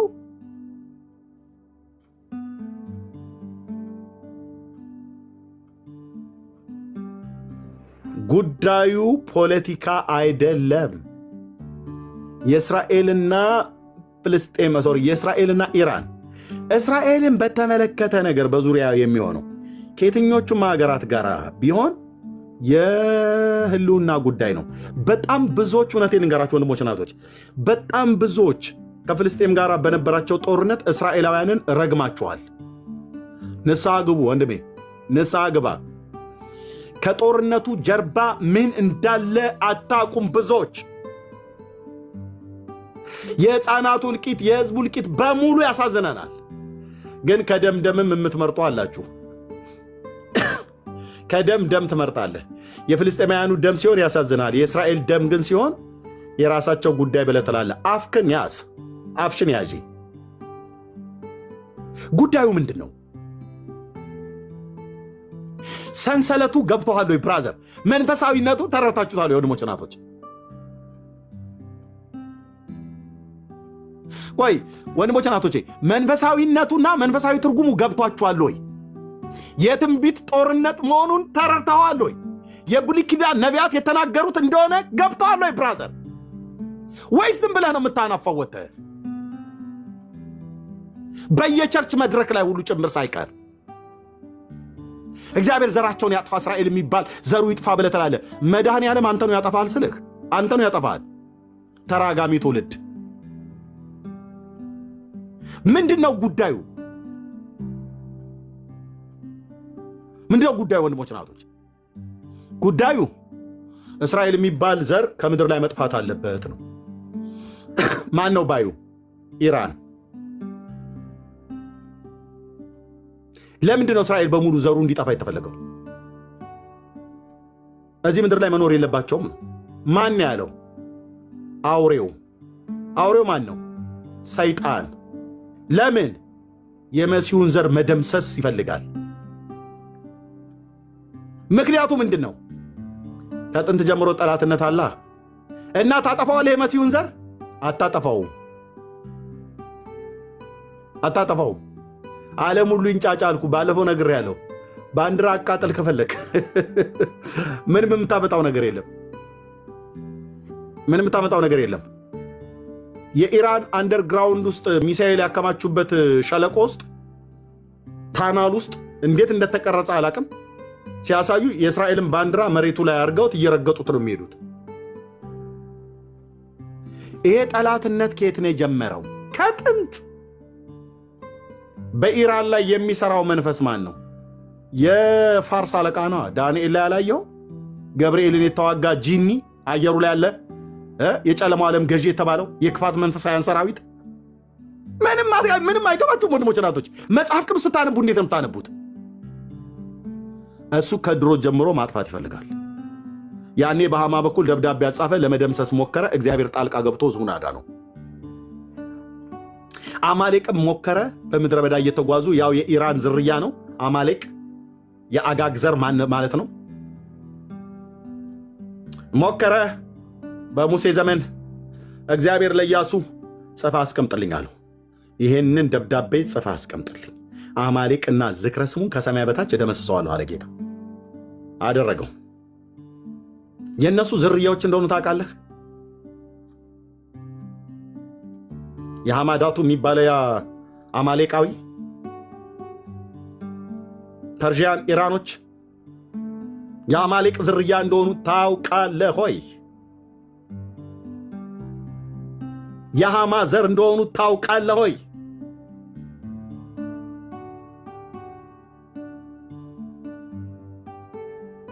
እና አሁንም ያኔ ሃማ የሚባል ሰውዬ፣ አሁን ደግሞ ሀያቶላ የሚባል ሰውዬ ማለት ነው። በ15 ዓመት ውስጥ እስራኤልን ከምድረ ገጽ አጠፋለሁ ብሎ አለ። የዛን ቀን በእግዚአብሔር ፊት በእግዚአብሔር መንፈስ ሆኜ ነው እኔ እንደዛ አይነት ለቅሶ አልቅሼ አላቅም። ጌታ ይህንን የጠራውን ዘመን እንዳታሳየው ነው ያልኩትኝ። ጌታ ምስክሬ እኮ ነው አልኩ። አምላኬ ድምፄን ይሰማል። ይህንን የጠራትን ዘመን እንዳታሳየው ይህን ሽማግሌ ሰው ላይ ጸልያለሁ እንደዚህ ብዬ እንዳያየው ብዬ ማለት ነው። ኦኬ በ15 ዓመት ውስጥ አለ እስራኤልን አጠፋለሁ፣ ከምድር ካርታ ላይ ሰርዛታለሁ ማለት። እናንተ ፖለቲካ ማወራ መስሎ ነው አይደል? መጽሐፍ ቅዱስን የማያውቅ ትውልድ ቸርች ውስጥ ቁጭ ብሎ የነቢያትን መጽሐፍ አያጠና፣ ዘመኑን ከነቢያት መጽሐፍት ጋር ከእግዚአብሔር ቃል ጋር እያገናኘ አያይ። በ15 ዓመት ውስጥ አጠፋታለሁ አለ። እስራኤል የምትባል ሀገር ትጠፋለች አለ ሀያቶላ። በጌታ ፊት ሰው ላይ እንደዛ ጸልዬ አላቅም። ይሄ ሰውዬ ጌታ የአብርሃም አምላክ አንተ በማደሪያ አለ አይደል ብዬ ጥያቄ አልጠይቁም። በማደሪያው ብቻ ሳይሆን በእኔ ውስጥ አለ። ይሄ ሽማግሌ ያን ዘመን እንዳያየው ብያለሁ በጌታ ፊት።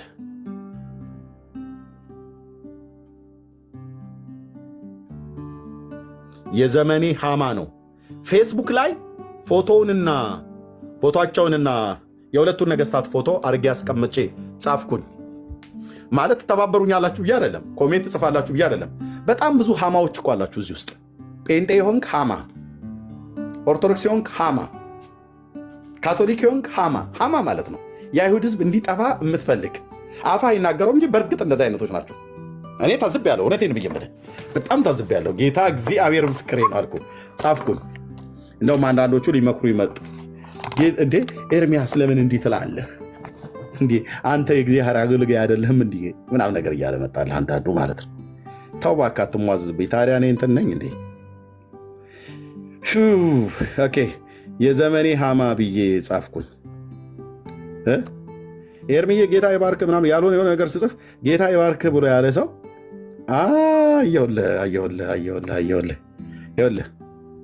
ይኸውልህማ የእኛ ጌታ የዘመኑ ጳውሎስ አንበሳው ነብሩ ጃርቱ የሚሉኝ እዚህ እንትን ሲሉ ነው። ኦኬ እዚህ ጋር ነው የጻፍኳት። ይችላል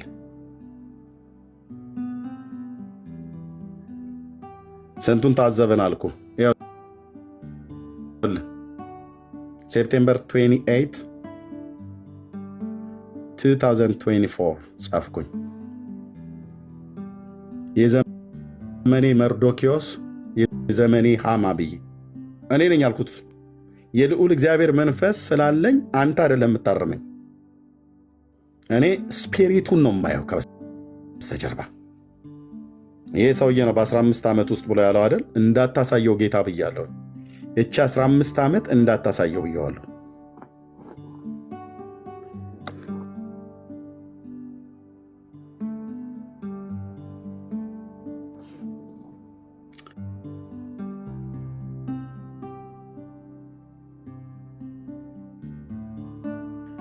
በእኔ ዘመን አይሁዳዊው ኔታንያሁ ወይ ደግሞ መርዶኪዎስ ብየዋለሁ እና የሱሳው ሃማ ብየዋለሁ። ሃማ ለሚስቱ ለዞሳራ ለወዳጆቹ ሊያገኘውን ሁሉ አጫወታቸው። ጥበበኞችና ሚስቱ ዞሳራ በፊቱ መውደቅ የጀመርክለት መርዶኪዎስ ከአይሁድ ወገን እንደሆነ በፊቱ ትወድቃለህ እንጂ አታሸንፈውም አሉት። የእስራኤል ጠላቶች የሆኑ ሁሉ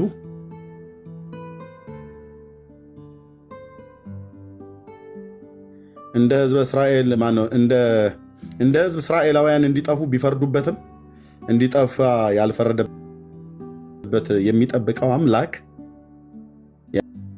ያለው ሕዝብ ስለሆነ በራሱ እጅ እንድትጠፋ እግዚአብሔር አሳልፎ ይሰጣል። በማለት ነው፣ በሰውየው ላይ ነው እንዲያልኩት ይሰጣል። እስራኤል የዘላለም ኪዳን ያለው ሕዝብ ስለሆነ ትታገላለህ እንጂ ፈጽሞ አታሸንፈው። ምክንያቱስ ኢሳይያስ 49:25 ላይ ከአንቺ ጋር የሚጣሉትን እጣላቸዋለሁ፣ ልጆችሽንም አድናለሁ፣ ስጋ ለባሽም ሁሉ በመካከል ላይ ያለ ስጋ ለባሽም ሁሉ እኔ እግዚአብሔር መድኃኒትሽ ታዳጊሽ የያዕቆብ አምላክ እንደሆንኩ ያውቃል። በእርግጥ ልንገራችሁ፣ ይሄ ባንዲራ ያለውን ሕዝብ ከምድር ላይ አንተ አትሰርዘውም፣ አትደልዘውም። ዓለም ሁሉ ይነሳልኩ፣ አይሰርዙትም፣ አያጠፉትም። ለምን? ኪዳን ያለው ሕዝብ ነው። ይበላሃል፣ ራሱ ይበላሃል። እስራኤል ተነስቶ ይበላሃል። እበላዋለሁ ብለህ ብትል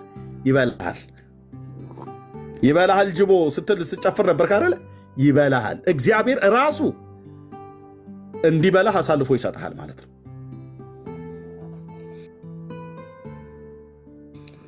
የስድስቱ ቀን ጦርነት ስንገረምበት አይደል እንዴ? ነስራላ የሚባል የጠገበ አረብ ሸረሪት፣ ድር፣ ዝንብ ምናምን ነገር እያለ ሲሳደብ ኖረ። ሸረሪት እስራኤል ማለት ሸረሪት ናት ማለት ነው።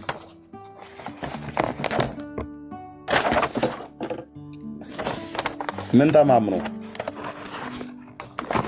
የኢራንን ሚሳኤል ተማምኖ ነው። እስራኤል ሸረሪት ናት አለ። ወት ሸረሪት እጽፍልሃለሁ።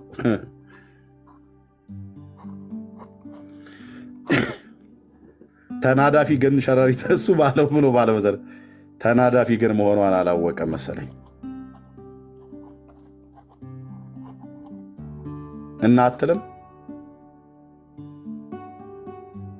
እናትልም ወንድሜ፣ ይህንን የተሳደበው ማን ነበር?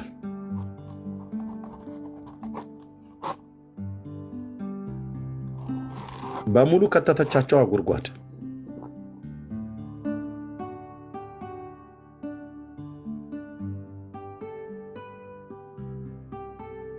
በሙሉ እኮ ነው ብዬ የምልህ። መካከለኛው ምስራቅ የተፈራ የጦር መሳሪያ የያዘ ተብሎ የተባለው በሙሉ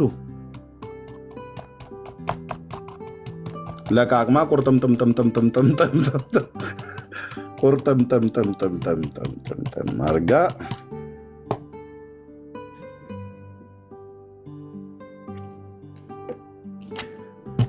እችን ጻፍኩልህ አልኩ።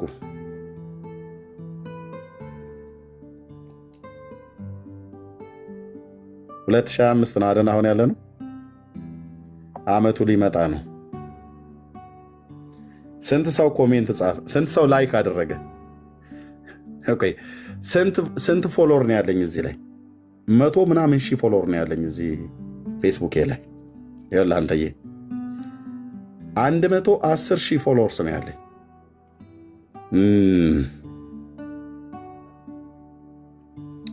ኦኬ ለምሳሌ ስንት ሰው ኮሜንት አደረገ? እንደውም 158 ሰው በጣም ብዙ ሰው አድርጓል። ከዚህ ውስጥ በጣም ብዙ ብሎክ ያደረኳቸው የወንጌል አማኞች አሉ።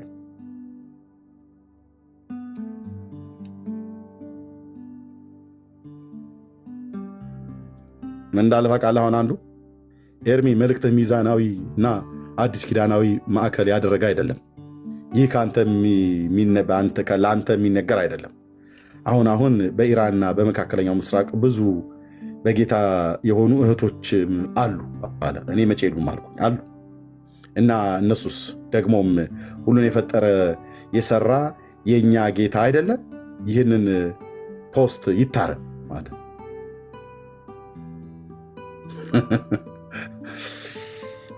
አቤት መንቀዥቀዥ፣ አቤት መንቀዥቀዥ፣ አቤት መንቀዥቀዥ፣ አቤት መንቀዥቀዥ።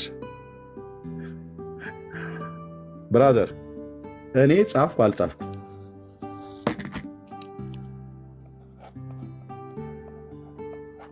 ትንቢት በብሉይ ኪዳን ነቢያት የተነገረ ማለት ነው።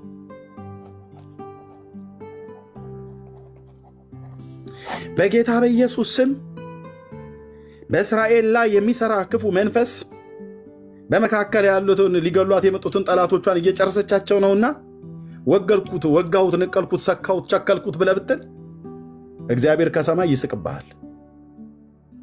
እውነት ልንገር ይስቅብሃል። ምክንያቱስ የህልውና ጉዳይ ነው። ጉዳዩ ገብቷል። እስራኤል የሚባል ይሰረዝ እኮ ነው የሚሉት ከምድር ላይ ይጥፋ ነው። እኔ የምጠይቀው ምን እንደሆነ ታውቃለህ? ለምን ነው? ለምን ይጥፋ እስራኤል? ይሄ ጉዳይ መቼ ነው የጀመረው? ይሄ ይጥፋ ብሎ የሚለው ጉዳይ መቼ ነው የጀመረው? ብራዘር ሁሉ ተነስቶ እስራኤል ትጥፋ ነው። ምክንያት በቃ እኔ ያስጠሉኛል ይላል። እውነትህን ነው። አስጠሉህ የኔ ድንቡሽቡሽ። እስቲ ይጥፉ በልና አዋጅ አውጃ። ለህልውናዋ ስጋት ከሆንክ አፍሪካ ተቀመጥ፣ አውሮፓ፣ ካናዳ ተቀመጥ፣ የትኛውን ቦታ ላይ ትልክልሃለች። አንድ መልእክተኛ ትልክልሃለች። በማታውቀው ሁኔታ ትልክልሃለች። ለህልውናዋ ስጋት የምትሆን ከሆነ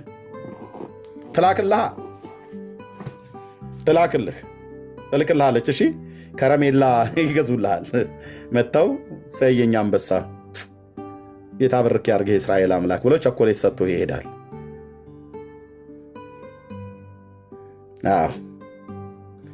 ድሮ ጀምሮ ነው አየህ ብለው የሚሉት አቤቱ ይላል በአሳፍ ዘመን የአሳፍ ምስጋና። አቤቱ እንዳንተ ማን ነው? አቤቱ ዝም አትበል፣ ቸል አትበል። እነሆ ጠላቶች ጮኸዋል፣ የሚጠሉህም ራሳቸውን አንስተዋል። እስራኤልን የሚጠሉ እግዚአብሔርን የሚጠሉ ናቸው። ወንድምዬ ቻለው እንግዲህ ምንም እንኳን ምክንያቱ ሌላ ነገር ቢኖርም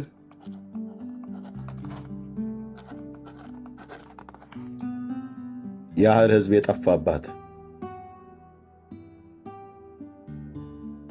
በዚህ መከራቸው ልናዝንላቸው፣ ልናጽናናቸው፣ ልንጸልይላቸው፣ እንደ ክርስቲያን ልንጸልይላቸው፣ ልንማልዳቸው ሲገባ አንተ ከኢራን ጋር ቆመህ እስራኤል ይጥፋ ብለህ ካልክ በመጀመሪያ የኔም ጠላት ነህ። መድኃኔዓለም ክርስቶስ ምስክሬ ነው የምልህ የኔም ጠላት ነህ። የእግዚአብሔርም ጠላት እንደሆንኩ ልነግርህ እወዳለሁ። ዋይ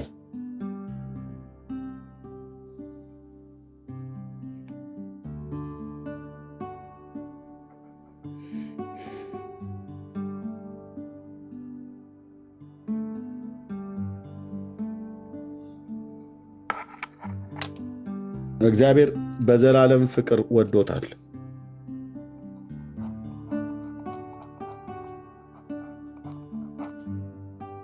እስራኤልን በዘላለም ፍቅር ወዶታል። ብራዘር አላነበብከውም?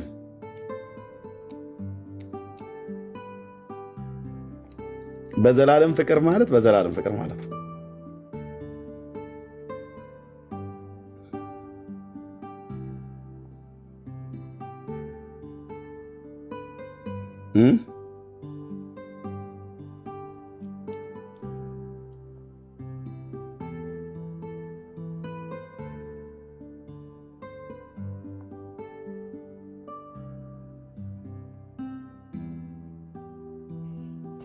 በዘላለም ፍቅር ወዶታል። ወንድሞች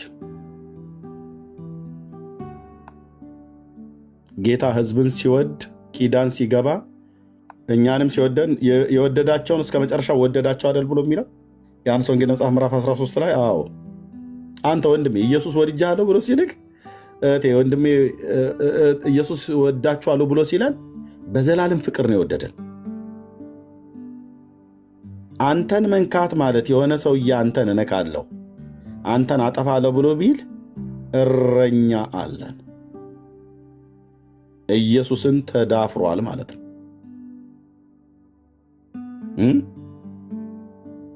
ኢየሱስን ተዳፍሯል።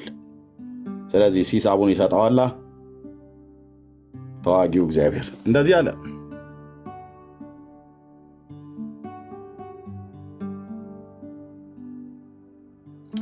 እግዚአብሔር ከሩቅ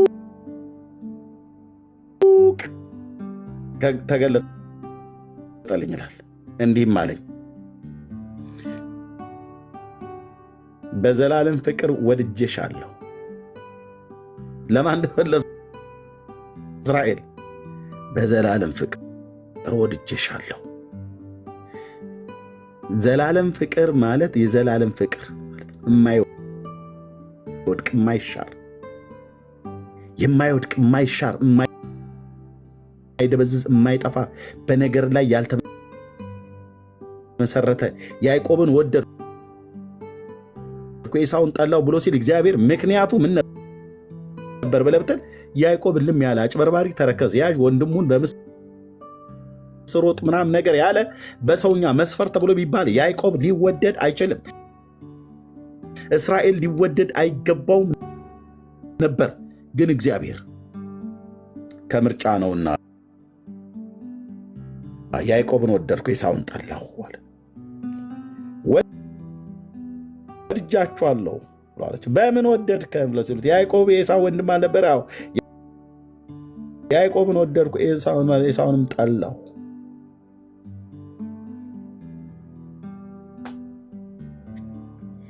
በዘላለም ፍቅር ወድጄሻለሁ የተባለ ህዝብ ነው። አየህ አንተ ይጥፋ እስራኤል ከካርታ ላይ ይደምሰስ ዳውን እስራኤል ዳውን።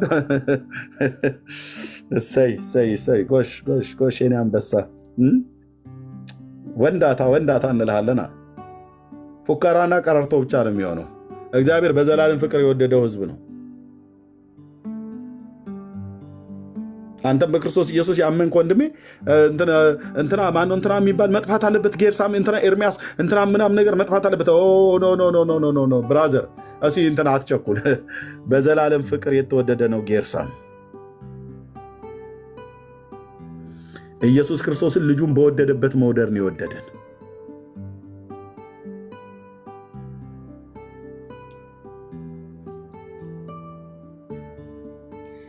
በዘላለም ፍቅር ወድጄሻለሁ፣ ስለዚህ በቸርነት ሳብኩሽ። የእስራኤል ድንግል ሆይ እንደገና ሰራሻለሁ፣ አንቺም ትሰሪያለሽ። እንደገና ከበሮሽን አንስተሽ በዘፋኞች ጋር ወደ ዘፈን ትወጫለሽ። እንደገናም በሰማርያ ተራሮች ላይ የወይን ቦታዎችን ትተኪያለሽ፣ አትክልትንም ይተክላሉ፣ ፍሬዋም ደስ ይላቸዋል።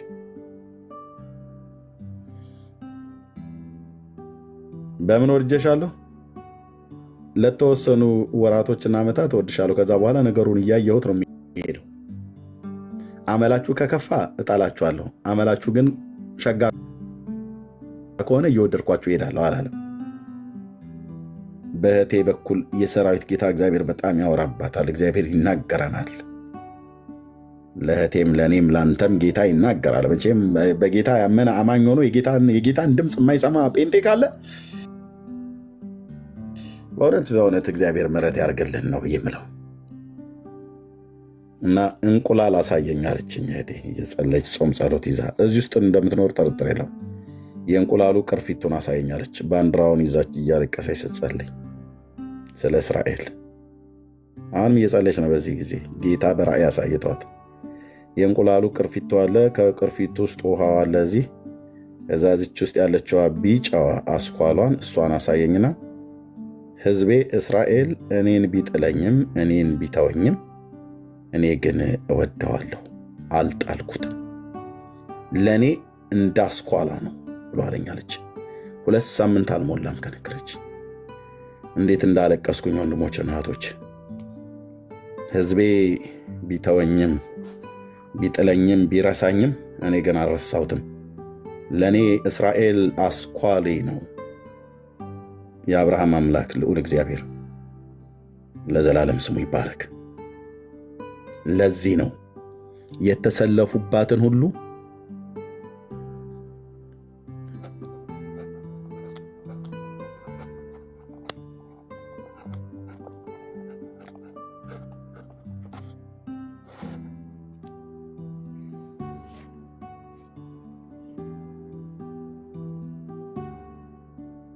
ራሱ ጌታ አሳልፎ ይሰጣል። በእነሱ ፊት ሞገስ እንድታጣ ያደርግሃል በክፋት ስትነሳባቸው።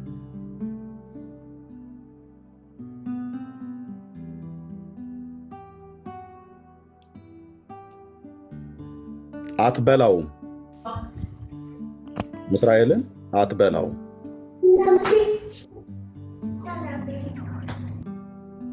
የኪዳን ሕዝብ ስለሆነ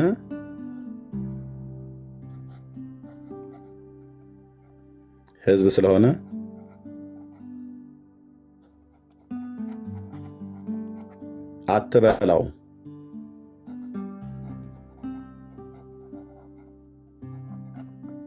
አምላክ ስላለው በራሱ ያስበልሃል፣ በእስራኤል ያስበልሃል። የአብርሃም አምላክ እግዚአብሔር ምስክር ነው። ራሱ እግዚአብሔር ያስበልሃል።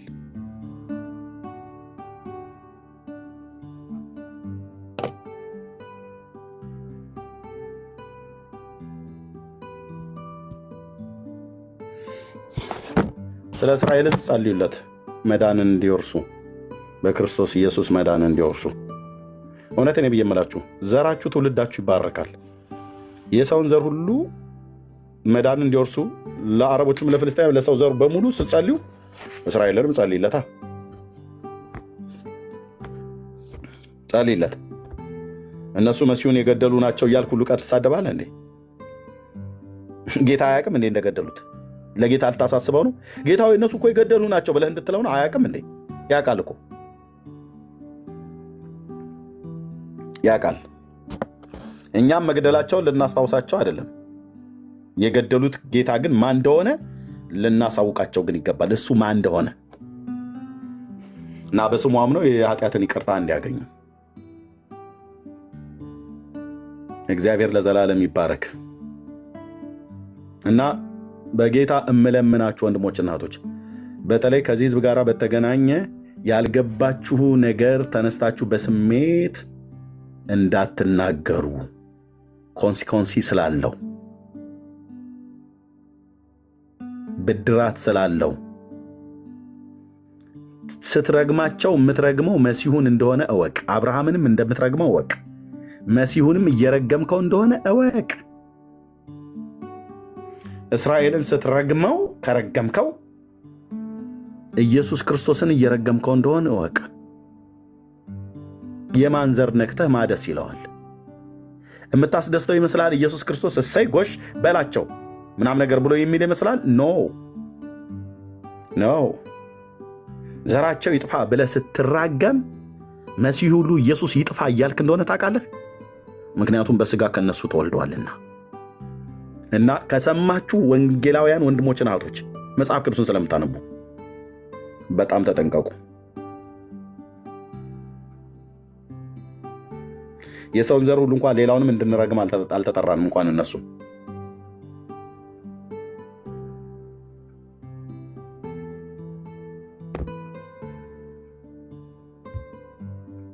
አልተጠራንም ብራዘር። ባርክ እስራኤልን። እሺ ሉሲ ፎሎ አድርጌሻለሁ። ፎሎ ባክ መልሼልሻለሁ። ኦኬ ሉሲ ፎሎ ባክ መልሼልሻለሁ። ሎክ አልተጠራንም። እስራኤልን ባርክ። እግዚአብሔር ዘርና ትውልዳቸው ለዘላለም ይባርክ። እውነቴን ብየምልህ የተቀበልኩት የአምላኬ እግዚአብሔር የክርስቶስ መንፈስ እነሱን እንድባርክና ስለነሱ እንዳነባ እንዳለቀስ እንድጸልይላቸው ለሰላማቸውም ይሁን ለድላቸው ለመዳናቸውም ይሁን ከዘላለም ጥፋት መሲሁን እንዲያውቁ እንድጸልይላቸው እንጂ እንደረግማቸው እግዚአብሔር አልጠራም። ማናችንም አልጠራም። የክርስቶስ ቤተክርስቲያን ከእነሱ ጋር ነው ልትቆም የሚገባው። ለሰዎች ሁሉ መዳንና ሰላም እንጸልያለን። በተለይ ደግሞ ከእስራኤል ጋር በተገናኘ እውነት ልንገርህ እነሱን ይጥፉ ብለህ ወይ ይጥፉ ብለው ከሚሉ ሰዎች ጋር ተደርበህ ይጥፉ ብለው ከሚሉ ሰዎች ጋር ተስማምተህ ጸልየህ ማታ ተንበርክከ ጌታ ኢየሱስ ሆይ የአብርሃም የይስሐቅ የያዕቆብ አምላክ የሳሙኤል የዳዊት የሙሴ አምላክ ምናምን ነገር ብለህ ብትል ጽሩ እግዚአብሔር ከሰማይ ይስቅብሃል። አለማፈርህ በእውነት እስራኤል ይጥፋ ብለህ ደግሞ ተንበርክከህ ፊት ለፊቱ መጥተህ የአብርሃም የይስሐቅ የያዕቆብ አምላክ የሙሴና የዳዊት የሳሙኤል አምላክ ቃል ኪዳንን ማትረሳ ጌታ ምናምን ብለህ ብትል ሰማይ ይስቅብሃል። እግዚአብሔር ይስቅብሃል ነው ብዬ የምልህ። እንኳን ጸሎትህን ሰምቶ ሊመልስ ቀርቶ አይደለም። ቅድም እኮ ምን እያልክ ነበር? ይጥፉ ብለህ ያልካቸው እኮ የአብርሃም ልጆች ናቸው። ደግሞ አባቶች ደግሞ እዛ ቁጭ ብለህ ደግሞ አባቶች ቁጭ ብለሽ አባቶችን እየጠራሽ የአብርሃም የይስሐቅ የያዕቆብ አምላክ ሕዝብህን ከግብፅ ምድር በጸናች እጅህ የመራህ ቀይ ባህር ጋር ሲደርሱ ባህርን የከፈልክ ሲጀምር ልናስታውሰው ነው እንዴ? አያውቅም እንዴ ጌታ? ግን ይሁን እሺ ይሁን። ይህንኑ ሕዝብ እኮ ነው ይጥፉ ብለህ ያልከው። ወይ ደግሞ ይጥፉ ብሎ ከሚሉ ሰዎች ጋር ልክ ነው ምናምን ነገር ብለህ ሀሳብ የሰጠህ ማለት ነው። ለምን ብለህ አልተሟገትክላቸውም? ለምን ብለህ አላልክም? ሕዝብ እንደ ሕዝብ ያጠፋሉ። አዎ ዘራቸው ይደምሰስ ተብሎ ሲባል ልክ ነው ብለህ ያልከው ሰውዬ ደግሞ ተንበርክከህ መተህ ተንበርክከሽ መተሽ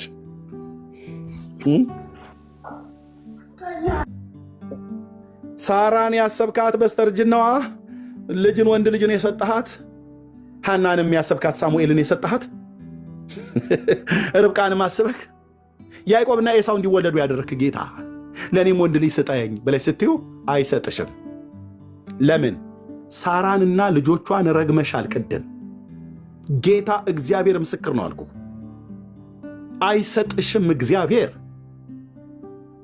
የሳራን ልጆች እኮ ሞት ፈርደሽባቸዋል። እንዲጠፉ ከሚፈልጉት ትውልድ ጋር አሜን ብላል። መተህ ደግሞ የሳራ አምላክ ልጅ ስጠኝ ትላለህ እንዴ?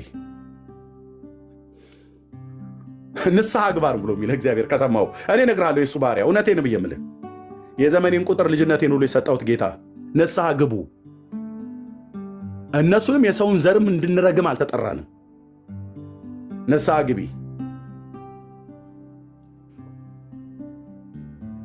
ንስሐ ነው መግባት ያለብህ። የሳራን ዘር ረግመህ የያዕቆብን ልጆች ጭፍጭፍ አድርገህ ረግመህ እያበሻቀጥክ ተሳድበህ የሚባርኩህን እባርካለሁ የሚረግሙህን ይረገማሉ ብሎ ያለው የአብርሃም ኪዳን እላህ ላይ ይመጣብሃላ።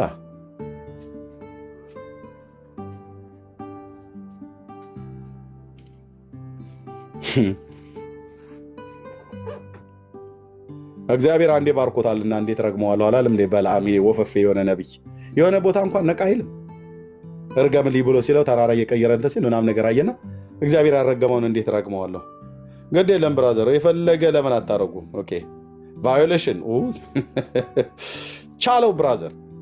እንኳን ሪፖርት አይደለም እዚህ ፔጄ ላይ ቦምብ ብታፈነዳ መናገሬን አልተው። ቫዮሌሽን ብለው ሪፖርት አላደረጉም።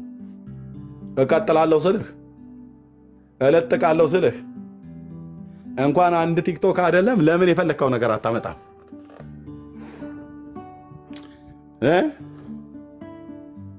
ቫዮሌሽን መጣለ ሪስትሪክሽን ወይ በቃ ልቶ ኧረ ተውት። እኔ ኮፒ ሊንክ ራሱ እኮ አታርጉም። ይህን እውነት ነግሬ ለምን አዲስ አካውንት አልከፍትም? ይሄ ምነግርህ መራራ ሀቅ ነው።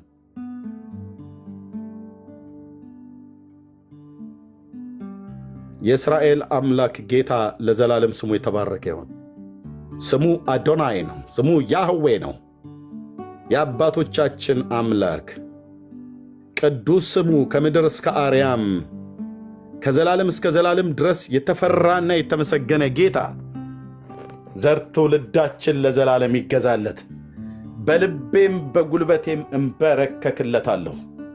እውነተኛና ጻድቅ አምላክ ለዘላለም የሚኖር ሁሉን አሳልፎ የሚገዛ ሰማያትና ምድር በውስጡ ያሉትን ፍጥረታት ካለመኖር ወደ መኖር ያመጣ ለሙታን ሕይወትን የሚሰጥ አንድ ብቻውን ሳለ ጠርቶት አብርሃምን የባረከ ዘሩን እንደ ሰማይ ከዋክብት እንደ ምድር አሸዋ ያበዛ ከዚህም ዘር እንደ ተስፋው ቃል መሲሁን ያመጣ በመሲሁ በኩል ለአብርሃም የተነገረውን የተስፋ ቃል ወደ አሕዛብ ሁሉ እንዲደርስላቸው በአብርሃም ልጅ በሆነው በኢየሱስ ክርስቶስ በመሲሁ በኩል ጌታ ሰማያትና ምድርን በፈጠረበት በልጁ በክርስቶስ ኢየሱስ ዓለምን በባረከው ቅዱስ ገናና በሆነው ጌታ ስም ለዘላለም ተባረኩ።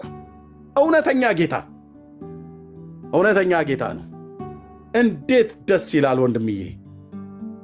የዚህ አምላክ ልጅ ተብለን መጠራታችን፣ ይሄ አምላክ አባትህ ተብሎ ሲጠራ፣ አባቴ ተብሎ ሲጠራ፣ ወድጃቸዋለሁ ብሎ ሲለን እስራኤልን ብሎ ባለበት በዘላለም ፍቅር ወድጃቸዋለሁ ብሎ ባለበት እኛንም ደግሞ የወደዳቸውን እስከ መጨረሻው ይላል። ወደዳቸው። አንተ እኮ ነው የተወደድከው ወንድሜ፣ እኔ እኮ የተወደድኩት፣ አንቺ ነሽ እኮ የተወደድሽው። እንዴት አይነት አምላክ ነው ወንድሞቼ! እንዴት አይነት ጌታ ነው! እንዴት አይነት ጌታ ነው! ስሜ ይሰረዝ፣ ስሜ ይጥፋ አልኩ በእግሮቹ ስር፣ ማንነቴ ይረገጥ ለዘላለም። እሱ እውነተኛና ጻድቅ ጌታ ነው። ለዘላለም የሚኖር ሕያው አምላክ፣ እውነተኛ ጌታ እኔነቴ ይጥፋ አልኩ በእሱ ፊት። እሱ ለዘላለም የነገሰ ቅዱስ ገናና ጌታ ነው።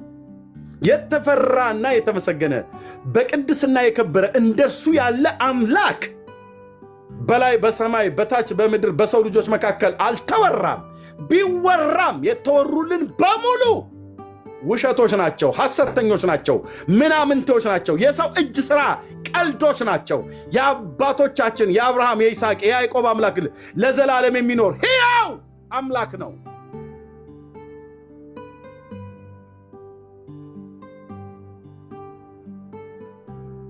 ልጁ አድርጎ ማክበሩ ሳያንሰው በመንግስቱ እንዳገለግለው ጸጋን ሰጠኝ። ለእኔ ለአንቺ እህቴ ለአንተ መንፈሱንና ጸጋውን ሰጠን። እንመሰክራለን የእሱን አዳኝነት፣ የእሱን ገናንነት፣ የእሱን ታላቅነት፣ የእሱን አባትነት፣ የእሱን ምሕረት፣ የእሱን ፍቅር፣ የእሱን ርኅራኄ፣ የእሱን ሰው መውደድ እንመሰክራለን። ክብር ገናንነት ለታላቁ ለስሙ ይሁን። የእኔ ጌታ ለዘላለም ስም ይባረክ። ስምህን እንኳን መጥራት የማይገባኝ ሰው ነኝ። መንፈስህን በውስጥ ያኑረህ እንዳገለግልህ ምሕረትን ያገነንክልኝ ጌታ ለወንድሞቼና ለእህቶቼ በመንፈስህን በውስጣቸው አኑረህ እንዲያገለግሉ ጸጋን፣ ዕድልን፣ ምሕረትን፣ ቸርነትን ያበዛላቸው ጌታ ለዘላለም ስም ይባረክ። በኪሩቤል ላይ የምትቀመጥ ተብለህ የምትባል ጌታ ዛሬ በእኛ ውስጥ በመንፈስ አለህ። እናመሰግንሃለን ጌታ ኢየሱስ፣ የዳዊት ልጅ ዘር ትውልዳችን ይገዛልህ።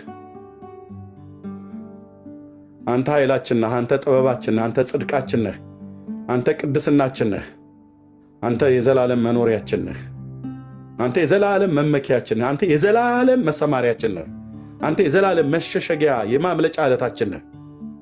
ክብር ገናንነት ለታላቁ ለስም ይሁን። ጌታ ሆይ እጅግ አድርጌ አመሰግናለሁ ይህንን ስለገለጥክልን።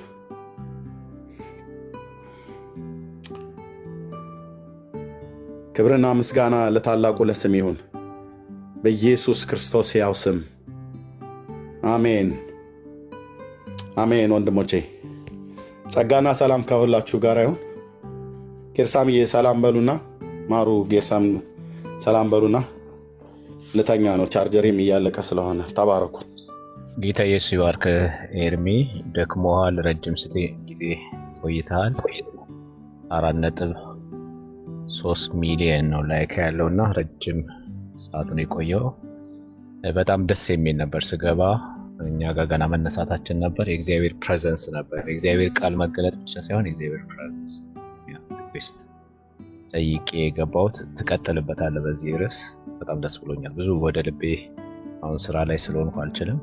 በልቤ እየተናገርክ የሚፈስ ቃል አለ እና የእግዚአብሔር ሐሳብ መሆኑን ከምታውቅበት ነገር አንዱ እንደዚህ አይነት የእግዚአብሔር ሀልወት ሲኖር መዝሙር ይሰጣል፣ ግጥም ይሰጣል፣ የእግዚአብሔር ቃል በውስጥ ይፈሳልና ማቴዎስ 24:14 ላይ ይህ የመንግስት ወንጌል በዓለም ሁሉ ይሰበካል የዚያን ጊዜ መጨረሻው ይመጣል ይልና ቁጥር 15 ላይ ይቀጥላልና ያ ደግሞ ከዳንኤል 9 ጋር ይያያዛል ቅድም ከተናገርካቸው ቃል ጋርና ይህ የመንግስት ወንጌል በዓለም ሁሉ እየተሰበከ ነው ወገኖቼ።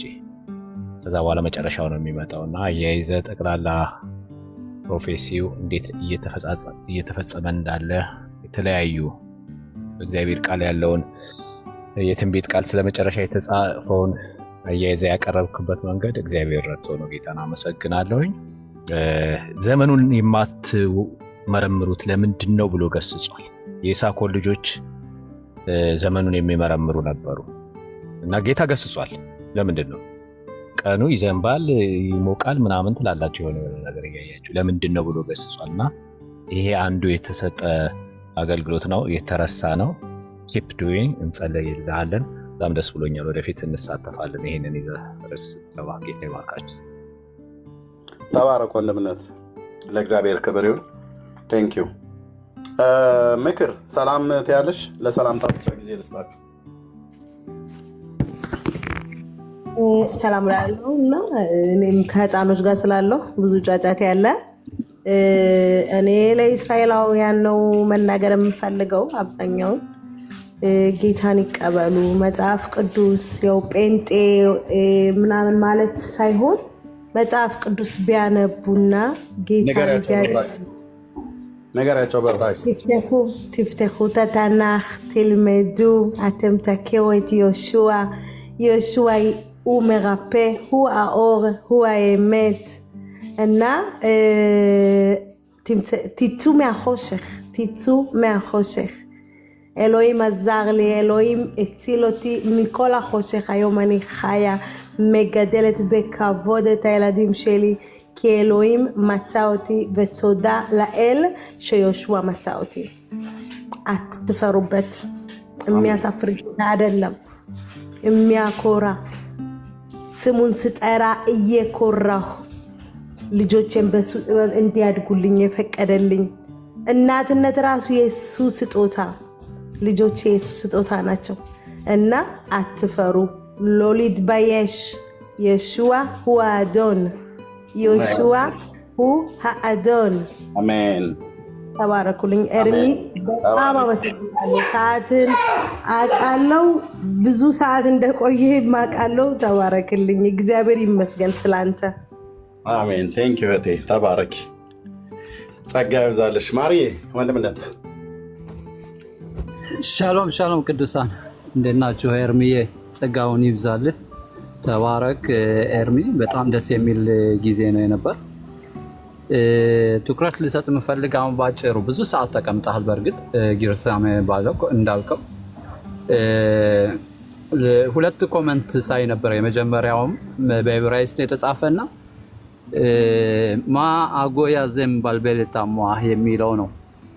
በዕብራይስጥ ደግሞ ጎይ ማለት አህዛብ ማለት ነውና ይሄ አህዛብ ምንድነው ጭንቅላታችን የሚያዞረው የሚል ጥያቄ ነው ያቀረበና ገብቶም እንዲናገር ጽፌለት ነበር፣ ግን አልመጣም። እንደዚህ ለምትሉ አይሁዳውያን ቤተ እስራኤል ያላችሁ በሙሉ እንደዚህ ያላችሁ የምትጽፉት አህዛብ የሚባለው ከመጽሐፍ ቅዱስ ታውቃላችሁ እግዚአብሔርን የማያውቅ ነው፣ የእግዚአብሔርን ቃል የማይጠብቅ ነው። ጎይ የተባለው ማለት ነው። ቅድም እያስተማረ ነበር በጣም እና እንግዲህ እኔ ኤርሚን ሳየው ጎይ አይደለም፣ አህዛብ አይደለም፣ ጠንቅቆ የእግዚአብሔርን ቃል የሚያውቅ ነው። እና አይ አንተ ጎይ ነህ የምትሉት ከሆነ እየገባችሁ ብትጠይቁ ብታወሩ ደስ ይለኛል። ከእናንተ የበለጠ እሱ በደንብ የእግዚአብሔርን ቃል የሚያነብና እግዚአብሔርን ጠንቅቆ የሚያውቅ ጎይ ሳይሆን የእግዚአብሔር ሰው ነው። በዚህ ዙሪያ ያላችሁ ጥያቄ ካላችሁ እኔ ነገ ኤርሚ ከተፈቀደ ከቻልክ ነገ ጠዋት እኔ እቅዳለኝ በዚህ ዙሪያ እንድንወያይበት እንጨምርበት። ጥያቄ ያላቸው ሰዎች ገብቶም እንዲጠይቁ አንተ ቤት አድርገው ነው። ምን አልከኝ ኤርሚ? አንተ ቤት ክፈት እንመጣለን። ያ ነገ ጠዋት እከፍታለሁ። ዛሬ በጊዜ ለመጨረስ አስባለሁ ስራዬንና በህጄ በደንብ እንድተኛና እዛ ጠዋት እንድከፍት እንደዛ ነው እቅዴ። ጌታ ከፈቀደ ጌታም ይረዳኛል ብዬ አምናለሁ። ይሄ ነው ዋናው የገባችሁ ዋናው ሐሳባችን። ይሄን የተተላለፋችሁትን መሲህ እንድታውቁት ነው። ተላልፋችሁታል፣ በእውነት ተላልፋችሁታል። የእስራኤልን አምላክ አላወቃችሁትም። ይሄ ነው ጥማታችን፣ እንድታውቁት እንደኛ እንጂ ሌላ አይደለም። የሃይማኖት ነገር አይደለም የምናወራው፣ ዝም ብሎ እንደዚህ የፖለቲካ ነገር አይደለም። የህይወት ጉዳይ ነው እና በጣም እንድታስተውሉ እፈልጋለሁ ይሄ ነገር። ሁለተኛው ኮሜንት ያየሁት ደግሞ በጣም የሚገርመው በአማርኛ መሰለኝና የእናንተ መሲህ ከቶ ደግሞ አያልቅም የሚል ኮሜንት ነው ያየውና በጣም ገረመኝ። አዎ አያልቅም። እኛ የምናመልከው መሲህ ይሄ እግዚአብሔር የነበረና ያለ ለዘላለም የሚኖር አምላክ ነው። ይሄን አምላክ ነው የምናመልከው። ህይወት የሰጠን ከሞት ወደ ህይወት ያነሳን አምላክ ነው የምናመልከው። አዎ ፍጹም አያልቅም። ምናልባት የእናንተ መሲህ ሊያልቅ ይችላል። መጦም መሲህ ሳይሆን ታገኙት ትችላላችሁ። አላቅም። ግን ያልገባችሁ ነገር ካለ ከዚህ ጉዳይ የኛ መሲህ የነበረ ያለ ለዘላለም የሚኖር አምላክ ነውና በዚህ ጉዳይ ምንም እንዳትጠራጠሩ። ሁልጊዜም ስለሱ ነው የምናወራ እንጂ ስለማንም አይደለም። ስለ ሃይማኖትም ነገር አይደለም፣ ስለ ፖለቲካም ነገር አይደለም። እና ከቻላችሁ ነገ ኑ። እውነቴን ነው የምላችሁ። እዚህ 700 ቅድም 1000 በላይ እያዳመጡ ነበር። እነዚህን አህዛብ አልላቸውም። የእግዚአብሔርን ቃል ጠምቷቸው መጥቶ የሚያዳምጡ የእግዚአብሔር ሰዎች ናቸው እንጂ ምላቸው አህዛብ ልላቸውም አልችልም። እና አህዛብ አትበሉ። የእግዚአብሔርን ቃል የሚጠሙና የሚወዱ ለመስማት የፈለጉ ነው የሚመጡትና እንዲሁም እናንተን የምንጋብዛችሁ እየመጣችሁ ይሄን ልዑል የሆነውን የእግዚአብሔርን ቃል እንድታስተውሉ ከሞትም ወደ ህይወት እንድታገኙ እንድትወርሱ ነው ዋናው ጥማታችንና በዚህ እንድትረዱ ፈልጋለሁ። እንዳላበዛ ኤርሚ ጌታ ኢየሱስ ይባርክ። ሁላችሁም እዚህ ያላችሁ በሙሉ ጌታ ኢየሱስ ይባርካችሁ። እወዳችኋለሁ። እንደ ጌታ ፍቃድ ነገ ጠዋት እከፍታለሁ። ተባረኩ። አሜን። ቴንክ ዩ ብራዘር። እሺ እንገናኛለን። አንተ ቤት ነው የምገባው። ተባረክ። እሺ እህትዬው ሰኒ ስራ ላይ ነኝ። ተባረክ። ችግር የለም። እሺ ተባረክ ሰኒዬ፣ ጸጋ ይብዛልሽ። እሺ አሞጽዬ ወየ ሌሊት እንዳየሁ ነው ተኝቼ፣ ከዛ ተነስቼ ሌሊት እንደገባህ ማለት ነው። እኔ ሰራተኛ ነው። ተባረክ። በእውነት አንተን የሰጠን ፈጣሪ ክብር ለሱ ይሁን። ብዙ ነገር ነው ያስተማርከን። እኔ ዛሬ ምስክርነት መስጠት የምፈልገው በእውነት በአንተ በኩል ነው ጌታን ያገኘሁትና ከዛን ቀን በኋላ ተሸክመኝ ብትሄድ ያገኘሁት እረፍት እንቅልፍ አልተኛም ነበር። በጣም ነው በየሰዓቱ ነው የምነሳው። አሁን ግን ሰው ተሸክሞ ቢሄድ አልሰማም። በጣም ነው የምተኘው። ሰላሜን ነው ያገኘሁት። በጣም ነው። እግዚአብሔር ስላንተ እጸልያለሁ። እግዚአብሔር አንተን የመሰለ ወንድም ስለሰጠን። ያው ደግሞ አንዳንዶች እዚህ የሚጽፉትን ኮሜንት ያለው እግዚአብሔር ይባርካል። ሩትን የማን ዘር እንደሆነች ታውቃላችሁ? የመሲሁ ዘር ነች። እሺ እንደዚህ እያላችሁ ጎይ ምናምን እያላችሁ የምትሳደቡ መጽሐፍ ባለማወቃችሁ ነው። ሩትን ወቋተይ የማን ዘር እንደሆነች እግዚአብሔር እንዴት እንደባረካት። ለምንድነው እንደዚያ የሆነችው? ህዝብን ስለወደደች ነው፣ ታማኝ ስለሆነች ነው። እና መጽሐፍ ቅዱስ አንብቡ እባካችሁ ወንድሞቼ እባካችሁ። እና ኤርሚዬ በጣም አመሰግናለሁ። በጣም ወዳችኋለሁ እዚህ ያላችሁ ሁላችሁም። ኤርሚ ምሽኬ ነው ብታውቁት። ምሽኬ የእግዚአብሔር ልጅ ነው ከእናንተ አውቆ እና አንዳንዴ ተጠንቀቁ። ለምታወሩት ነገር ሁላ አንደበታችሁ ለሚወጣው ነገር ተጠንቀቁ። እንደ እግዚአብሔር ቃል ሁኑ። አመሰግናለሁ። ቴንኪው ወንድምነት፣ ተባረክ ተባረክ። ቴንኪው፣ እግዚአብሔር ይባርካቸው። ተባረኩ። ወዳችኋለሁ እስራኤላውያን ወገኖች። በእውነት የወንጌል አማኞች ክርስቲያኖች፣ እውነተኛ የሆኑ ክርስቲያኖች እንወዳችኋለን። በጌታ የተወደዳችሁ የተባረካችሁ ዘር ስለሆናችሁ እንወዳችኋለን። ይሺዋ በጣም ነው የሚወዳችሁ። ይህን ፍቅር ይህን እውነት ልንነግራችሁ ብቻ ነው የምንችለው። ጸጋ ይብዛላችሁ። እሺ እህትየው ሰላምዬ። ኤርሚ ጸጋ ይብዛላችሁ ሁላችሁ፣ እዚህ ያላችሁ ታች ላይ ያላችሁ በእውነት ታላቅ ስራ ነው የምታደርጉትኝ። ታችም ሆናችሁ በእውነት ታፕታፕ ሼር የምታደርጉ ቀላል አይደለም። የራሴ አንዳንድ ጊዜ ስራ አቁሜ ለማድረግ በጣም ኃይል ያስፈልጋል እና ይህን ያህል ሰዓት ረዥም ሰዓት ስለተቀመጣችሁ በእውነት ስላከበራችሁ ደግሞ እግዚአብሔር እናንተንም ያክብራችሁ።